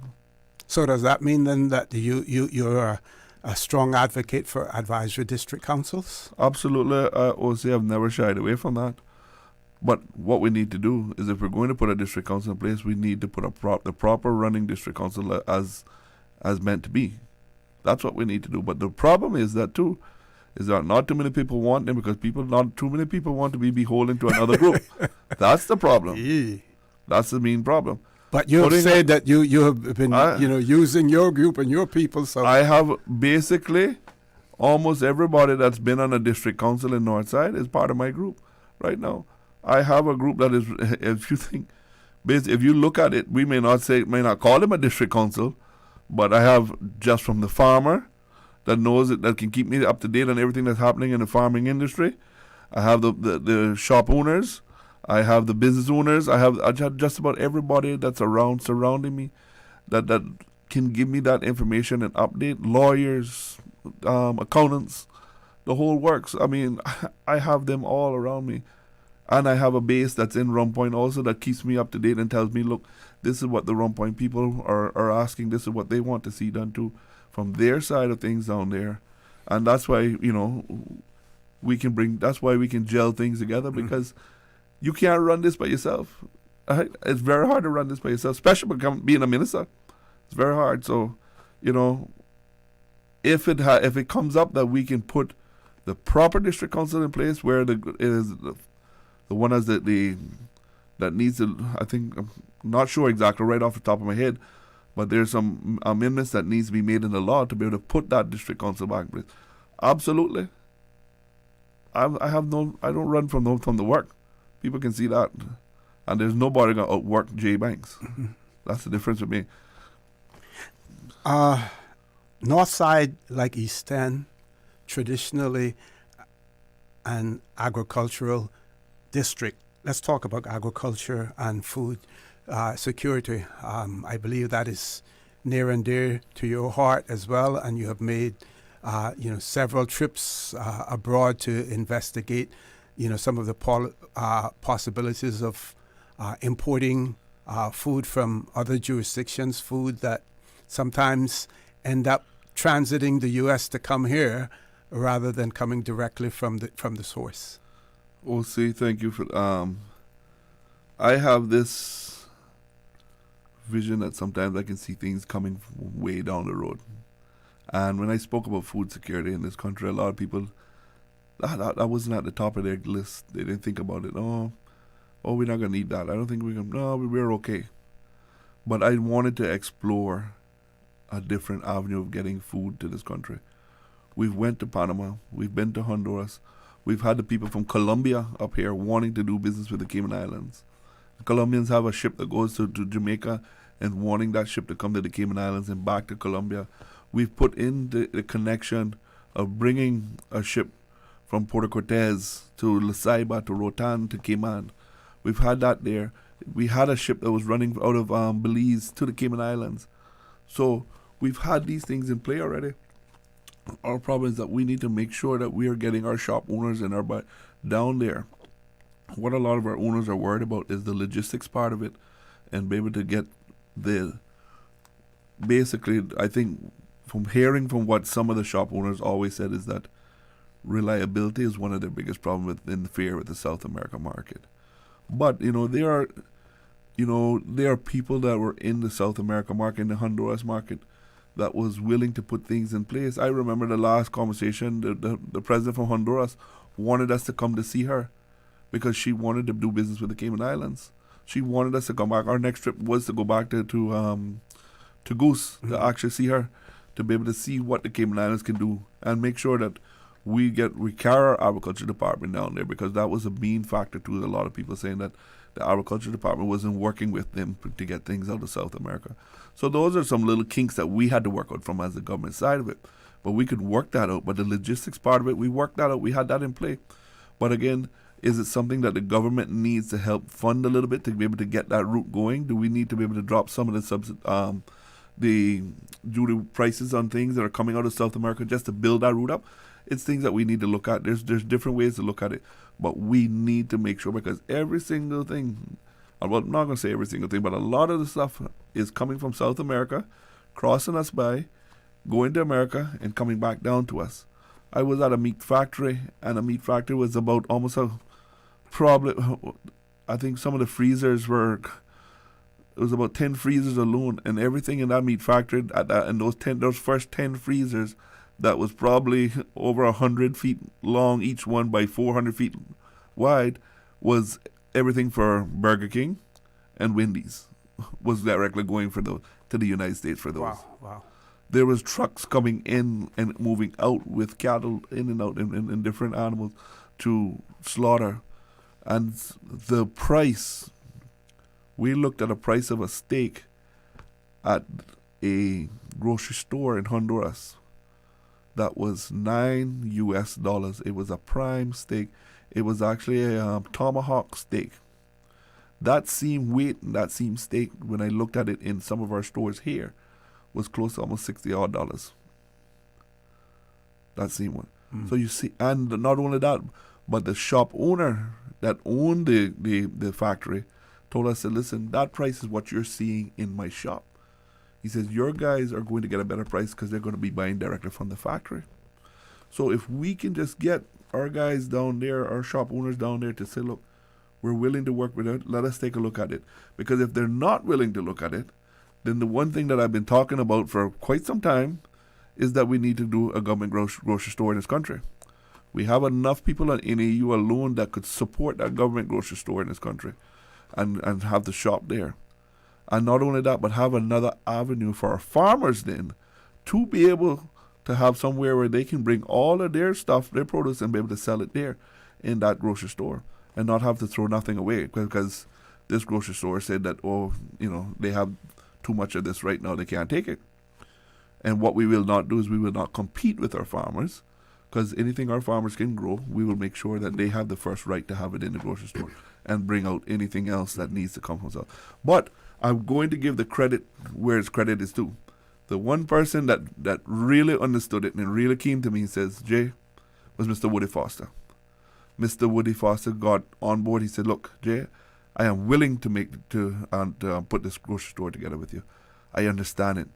I'm willing to do it. Wow. We just needed to get that. We were hoping that we could get that next opportunity to go back to South America with the Chambers, and then the Chambers invited all of their people to be able to start to set it up. So I do give Mr. Woody Foster the credit and the kudos for stepping forward and say, look, I'm willing to work with you to get this. And the one thing that Mr. Woody said to me, he says, Caymanians are used to a certain package. And I didn't understand what he meant by that, right? And I said, what does he mean by package? And it was not until I was at another country doing some grocery shopping on myself, just walking in, seeing their prices, but picking up some stuff. And I started to look at the stuff how they had it packaged. And I would say, well, I don't want that. I like how it's packaged. And then that's when it dawned to me, Mr. Woody was right. Caymanians do like to see certain things packaged a certain way. And the one thing, and everybody that we spoke to in South America was always willing to package it the way that we needed and put a bilingual on it, on the packaging for the Cayman Islands. And so I do think we can make this work. Okay. Many farmers, either backyard or those who are engaged in some form of commercial farming here in the Cayman Islands, rely on their supplies from the agriculture department.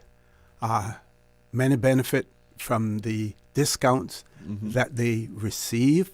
How can we improve that facility? How can we expand on the services? And how can we ensure that there is always a ready supply of products that are needed by farmers? Well, see, one of the things that we look at, we've already outgrown the space that we have where we bring feed in right now. That is just point blank. That feed area needs to expand. We've already started to do the drawing, the technical work to expand a new feed area for the agriculture department. Our new feed area will be just across from the building now, and we will have to knock down the old feed area afterwards. But the problem is that feed area that we have there, not only because of the size of it, but we also have a problem of storing it in the right temperatures, because it's just an open shell building that has there, and a lot of the times we have to put the feed back into containers, lock them up. So we do get a few spoilage because of that. So what we wanted to do is mitigate all of that from now on. But what we wanted to do is make it a more cleaner, nicer, more friendlier place too, so that when the farmer pulls up, it's like pulling up at a Wendy's by a cashier. He drives up to the window, he places his order, he drives around to the back, and they load him from the warehouse on what he needs, and he can just move on out and continue out.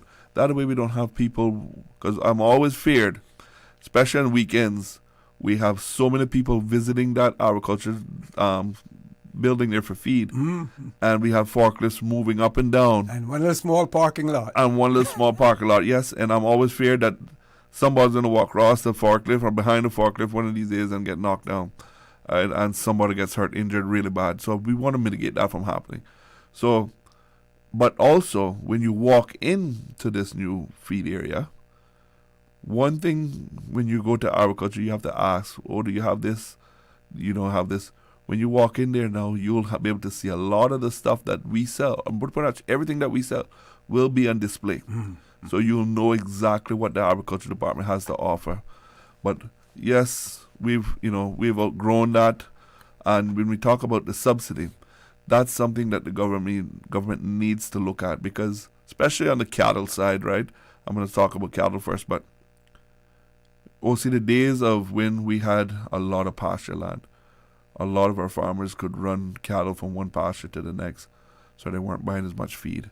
One of the things that we're looking at now is be able to try to plant off a 10-acre lot where we can see if we can try to grow our own hay, and then we can bale our own hay and see how that works out, that we can try to cut down on the cost of importing so much hay that we bring in. And if that works out, then I'm hoping that we can, we'll be able to lower those container numbers that we're bringing in. But then also, the government is going to have to look to see whether do we need to help subsidize a little bit more with the farmers. But one thing I'm going to say, OC, is the farmers are hardworking farmers, but they have every pest there is to deal with.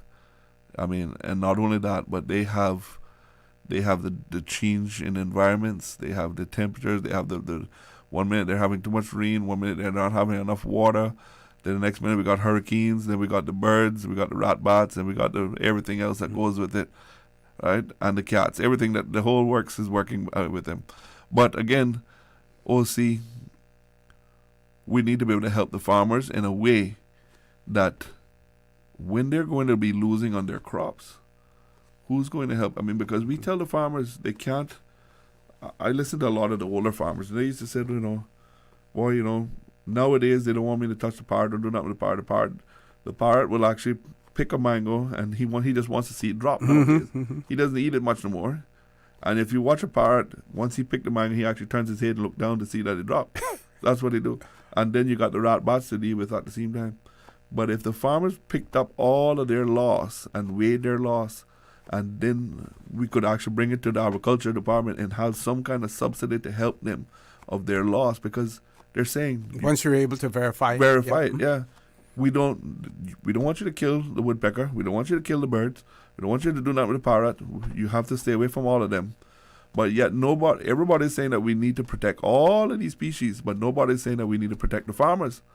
So when the farmers has his big crops in a certain area of mango season, who's going to help the farmer when we have all of this loss to, all of these animals that we're trying to protect, but yet not trying to do anything with the farm. But yet we want to rely on the farmer when it comes to helping us with food security. Okay, I'm going to ask one more question before I give you an opportunity for some closing comment, because we talk about transportation by sea and the ability of or the possibility of things being shipped from other ports. Eventually, if we haven't already outgrown our port on the waterfront in Georgetown, we will. Do you have any position in terms of the expansion of our port facility to, or even a cruise port facility? Do you have any views? Well, see, let us talk about the port, as you're asking. We have to do something with our port. Our port needs an expansion. When it comes to this country, we've seen pictures right now where, and the Minister of Tourism could probably share them with the listening audience and everybody else, but where some of these ships are actually almost sitting on the bottom when they're coming in at our port area, next to the dock. He's had divers go down and take photos of that. I've seen those photos. So we need to be able to do something around our port to be able to, if we're going to protect it. We need to look at it. If it's the will of the people, again, it is the will of the people. Do we want to continue to have our port in Georgetown, or do we want to see our port somewhere else? Again, it's what the people want. But, OC, if we're going to talk about revitalizing Georgetown and bringing life back to Georgetown, you can't have a port direct center of Georgetown beeping noise all night long and having trucks running everything out, every piece of cargo out of there to the other side all night long. Because these guys run trucks from 7 o'clock, 6 o'clock at night straight to 6 in the morning. So if you think about the amount of traffic flow and the amount of trucks that are moving through central Georgetown, if we want to revitalize it, then we need to look at something. If we're not going to revitalize Georgetown and we want to create a different city somewhere else, then we need to look at that option also and see how we can expand the port area in the middle of Georgetown. But there's the technical people there that knows how to do it. Again, that is a major decision that needs to be done with the island involved into it. There's going to have to be some study. The studies are going to have to be done. Yes, we're going to have to do EIAs for that. We know that. But again, it's the will of the people. But if we're going to do it, we need to make sure we do it right now at the perfect time and make sure we're doing something that's going to be able to carry us for not just a Band-Aid approach for 10 years, but maybe for another 100 years for this country. Okay, Mr. Ebanks, I want to give you an opportunity for some final comments and to address your constituency in the District of Northside as well as the whole Cayman Islands. OC, I just want to thank you, Radio Cayman, for I can't say hosting this debate, but I guess another radio show that we had here tonight. It's been an honor to be here. It's been an honor to serve this country for the last 4 years. It's been an honor to serve my people of Northside for the last 4 years. And I'm asking my people again, with good faith, I know my people, I know that they will re-elect me come April the 30th. Because they have a minister that is unbought, unbossed, and unafraid. I am not afraid to ask the questions. I'm definitely not afraid of the work. And they can see that. And they have something that I can guarantee you, when they go, they can sleep at night or they're talking with their friends, they can be proud to say that they have cast their vote for the right person and to continue to build Northside and this country in the best way. And OC, I just want to touch back. We didn't get into the immigration side of things, which is something that we really need to take hold of in this country. But maybe one day I'll come back on your show, we'll talk about that. But I am going to take a stance to continue to fight for my people, to put my people back in jobs, and continue to put this country on the right path. Okay. And again, my people, I ask for you, come April the 30th, there's one thing you can do. Vote number 1, J. Ebanks, the one person that is unbought, unbossed, and unafraid. Thank you, OC. I'm told that we can stretch it a little bit more. I know you have a long trip, but if you want to talk a little bit about immigration, let's go ahead and deal with it. So many people are concerned about the rapid growth in population of the Cayman Islands and the call that was made several years ago about the fact that for us to really optimize our opportunities, that we needed to have a population of about 100,000 persons in the Cayman Islands. That is quickly coming to realization, as well. And we'd like to get your views on that. OC, let me tell you, by you saying that, I had to take a large breath just now, because it is something that I don't think nobody in this country wants to get to. And Yes, we understand. One of these days, we probably will get to that. But to just on a fast track to get to there, absolutely not. OC, one of our main things that we need to do with our immigration system is we just need to just bite the bullet and just going to say, absolutely not. Nobody, we're going to change this law. Nobody's going to get the statuses anymore. We're going to stand up and say, look, the only how you're going to get a status in this country is by marriage or by descent. We've heard too many people talk about it. Honestly, how many years have we heard people talk about it and they haven't did anything about it? Ask yourself why. You've been in immigration. You know the struggles that you have that goes through it. But again, we need to change back to that. We're going to go back to the old Cayman Protection Board style of ways, things that we did in this country. What we need to do also is I want to be able to change work permits to work visas. We just want to remind everybody when they're coming to this country, they're a visitor in this country. And the next thing we want to look at also from doing that is we want to make sure that we go back to where, I don't know who for the life stopped immigration people from carrying their ID. I don't know why. So because like work permit holders you're talking about. Yes. Because how does an officer go down the road and see someone riding a bicycle and say, let me see your immigration ID? And now you go down there, he has if somebody can't show you immigration ID, then you detain that person because obviously he may have been here illegally. So we need to go back that every single person needs to be able to carry that immigration ID so we can know who's in this country, right? And we just need to stop making excuses. We need to work along with our kids or with the education system to know how many kids are overseas. What kind of job? What are they looking for when they're coming back?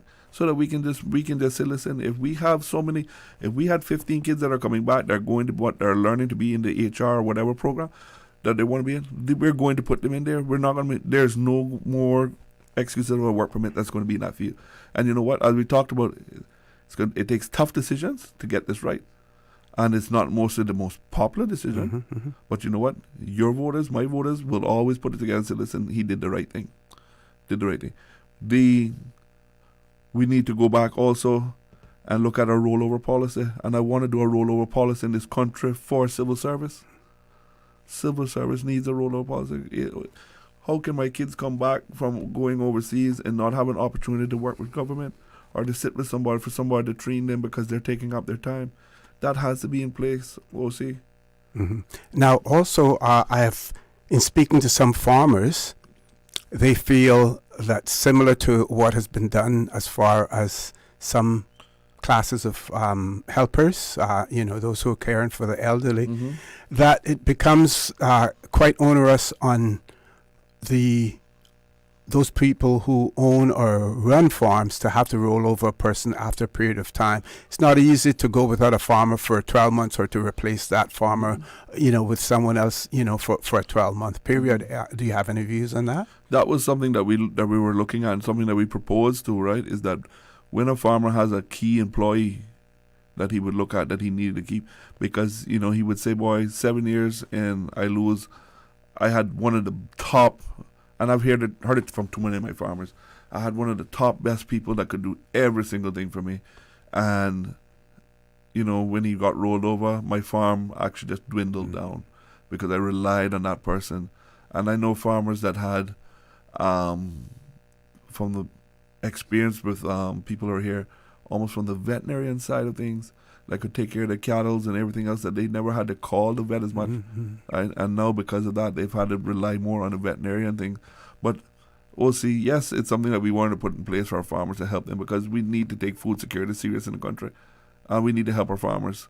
So whatever door we can open to allow our farmers to continue to make their life a lot more easier, a lot better, we need to open that door and make that easier for them. And how do we convince entities like members of the Chamber of Commerce that they also have to do their part? They can't just rely on or think about the importance of the bottom line in terms of their profits, but they also have to consider the Cayman Islands, the protection of our heritage, the protection of our inhabitants, as well as the preservation of opportunities for Caymanians.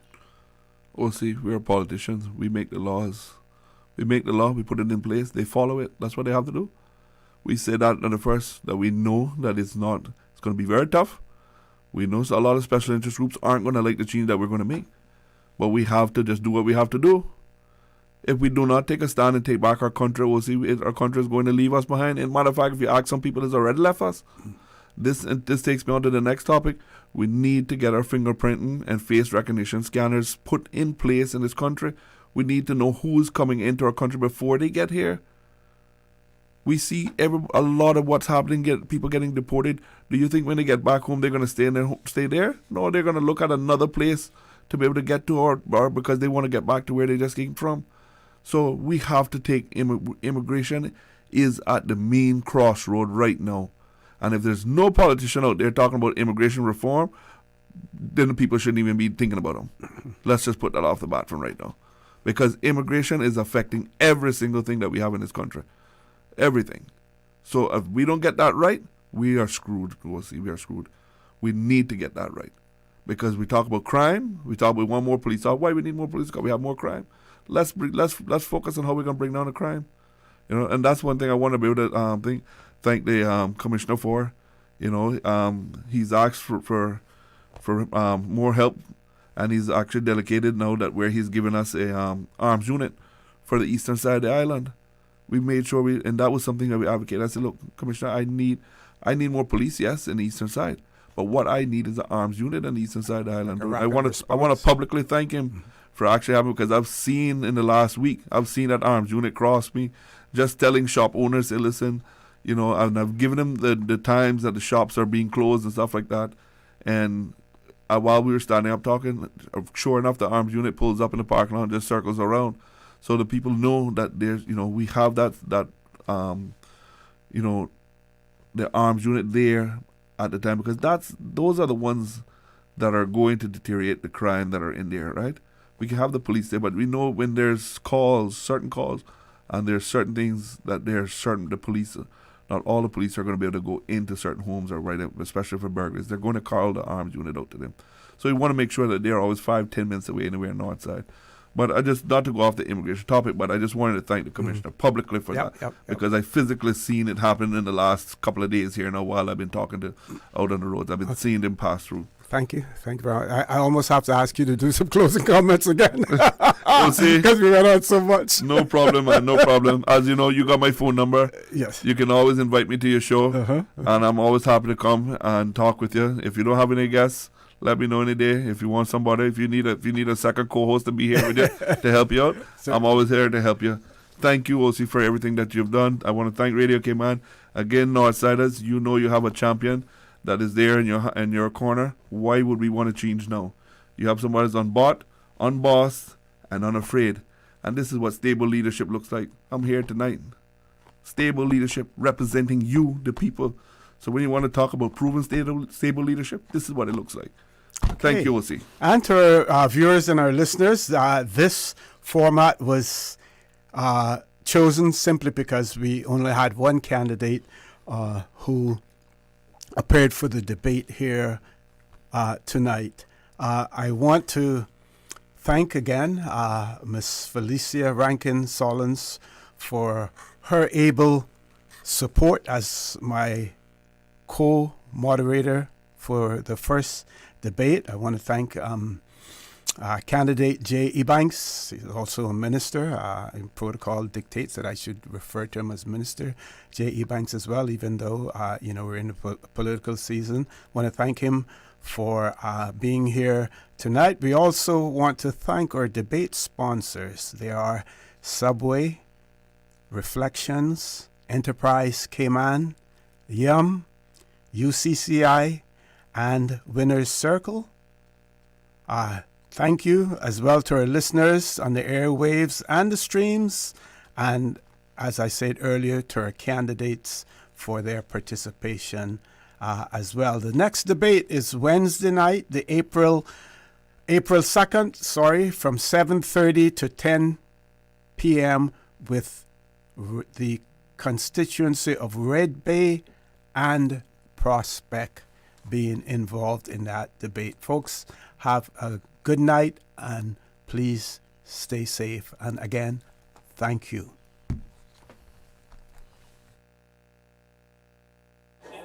Feeding a crowd? Subway Catering makes it easy. Choose from freshly made sub and wrap platters in 2 sizes or go for individual boxed meals. Complete with a 6-inch sub, cookie and chips. Perfect for groups of 15 or more. And don't forget dessert. Our freshly baked cookie platters come in 2 sizes, so there's always enough to go around. Visit www.subway.ky to view our catering menu. You can call or email us to place your order. Then choose to pick up in-store or get hassle-free delivery. However you cater, we've got the fresh flavors everyone loves. Subway. Eat fresh. Cater with ease.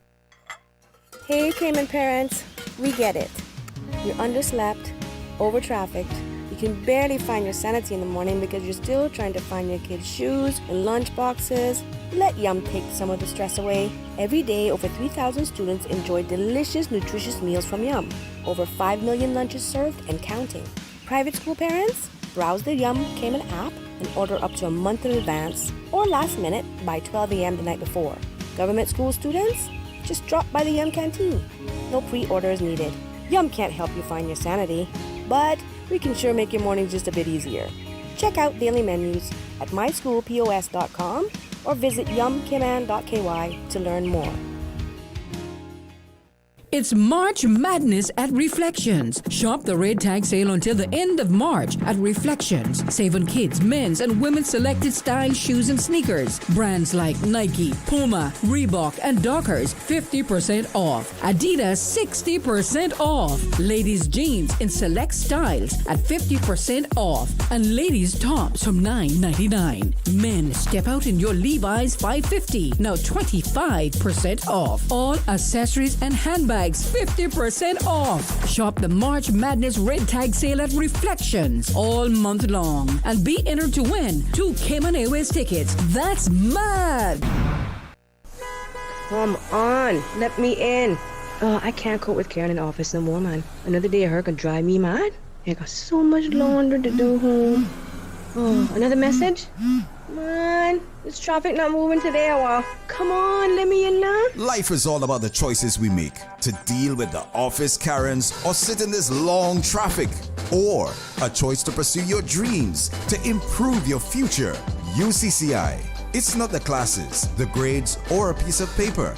It's your ticket for the adventure of your choice. The choice to live your dream. Stop waiting on the path. Visit www.ucci.edu.ky. Choose your dream and blaze your trail today. At Enterprise Cayman, we're connecting ambitious minds with real-world opportunities. Whether you're an aspiring entrepreneur, tech enthusiast, or looking to expand your network, we've got the tools, training, and community to help you thrive. From career-boosting internships to hands-on startup support, this is where innovation begins. Don't miss out on the upcoming hackathon happening May 10th. Explore this and more today at enterprisecayman.ky. Enterprise Cayman. Innovate, connect, grow. Yesterday, today, always and forever. Radio Cayman in the Cayman Islands. The preceding was a paid political broadcast. We are Radio Cayman, covering Cayman Brac, Little Cayman, and Grand Cayman. 1 in a million.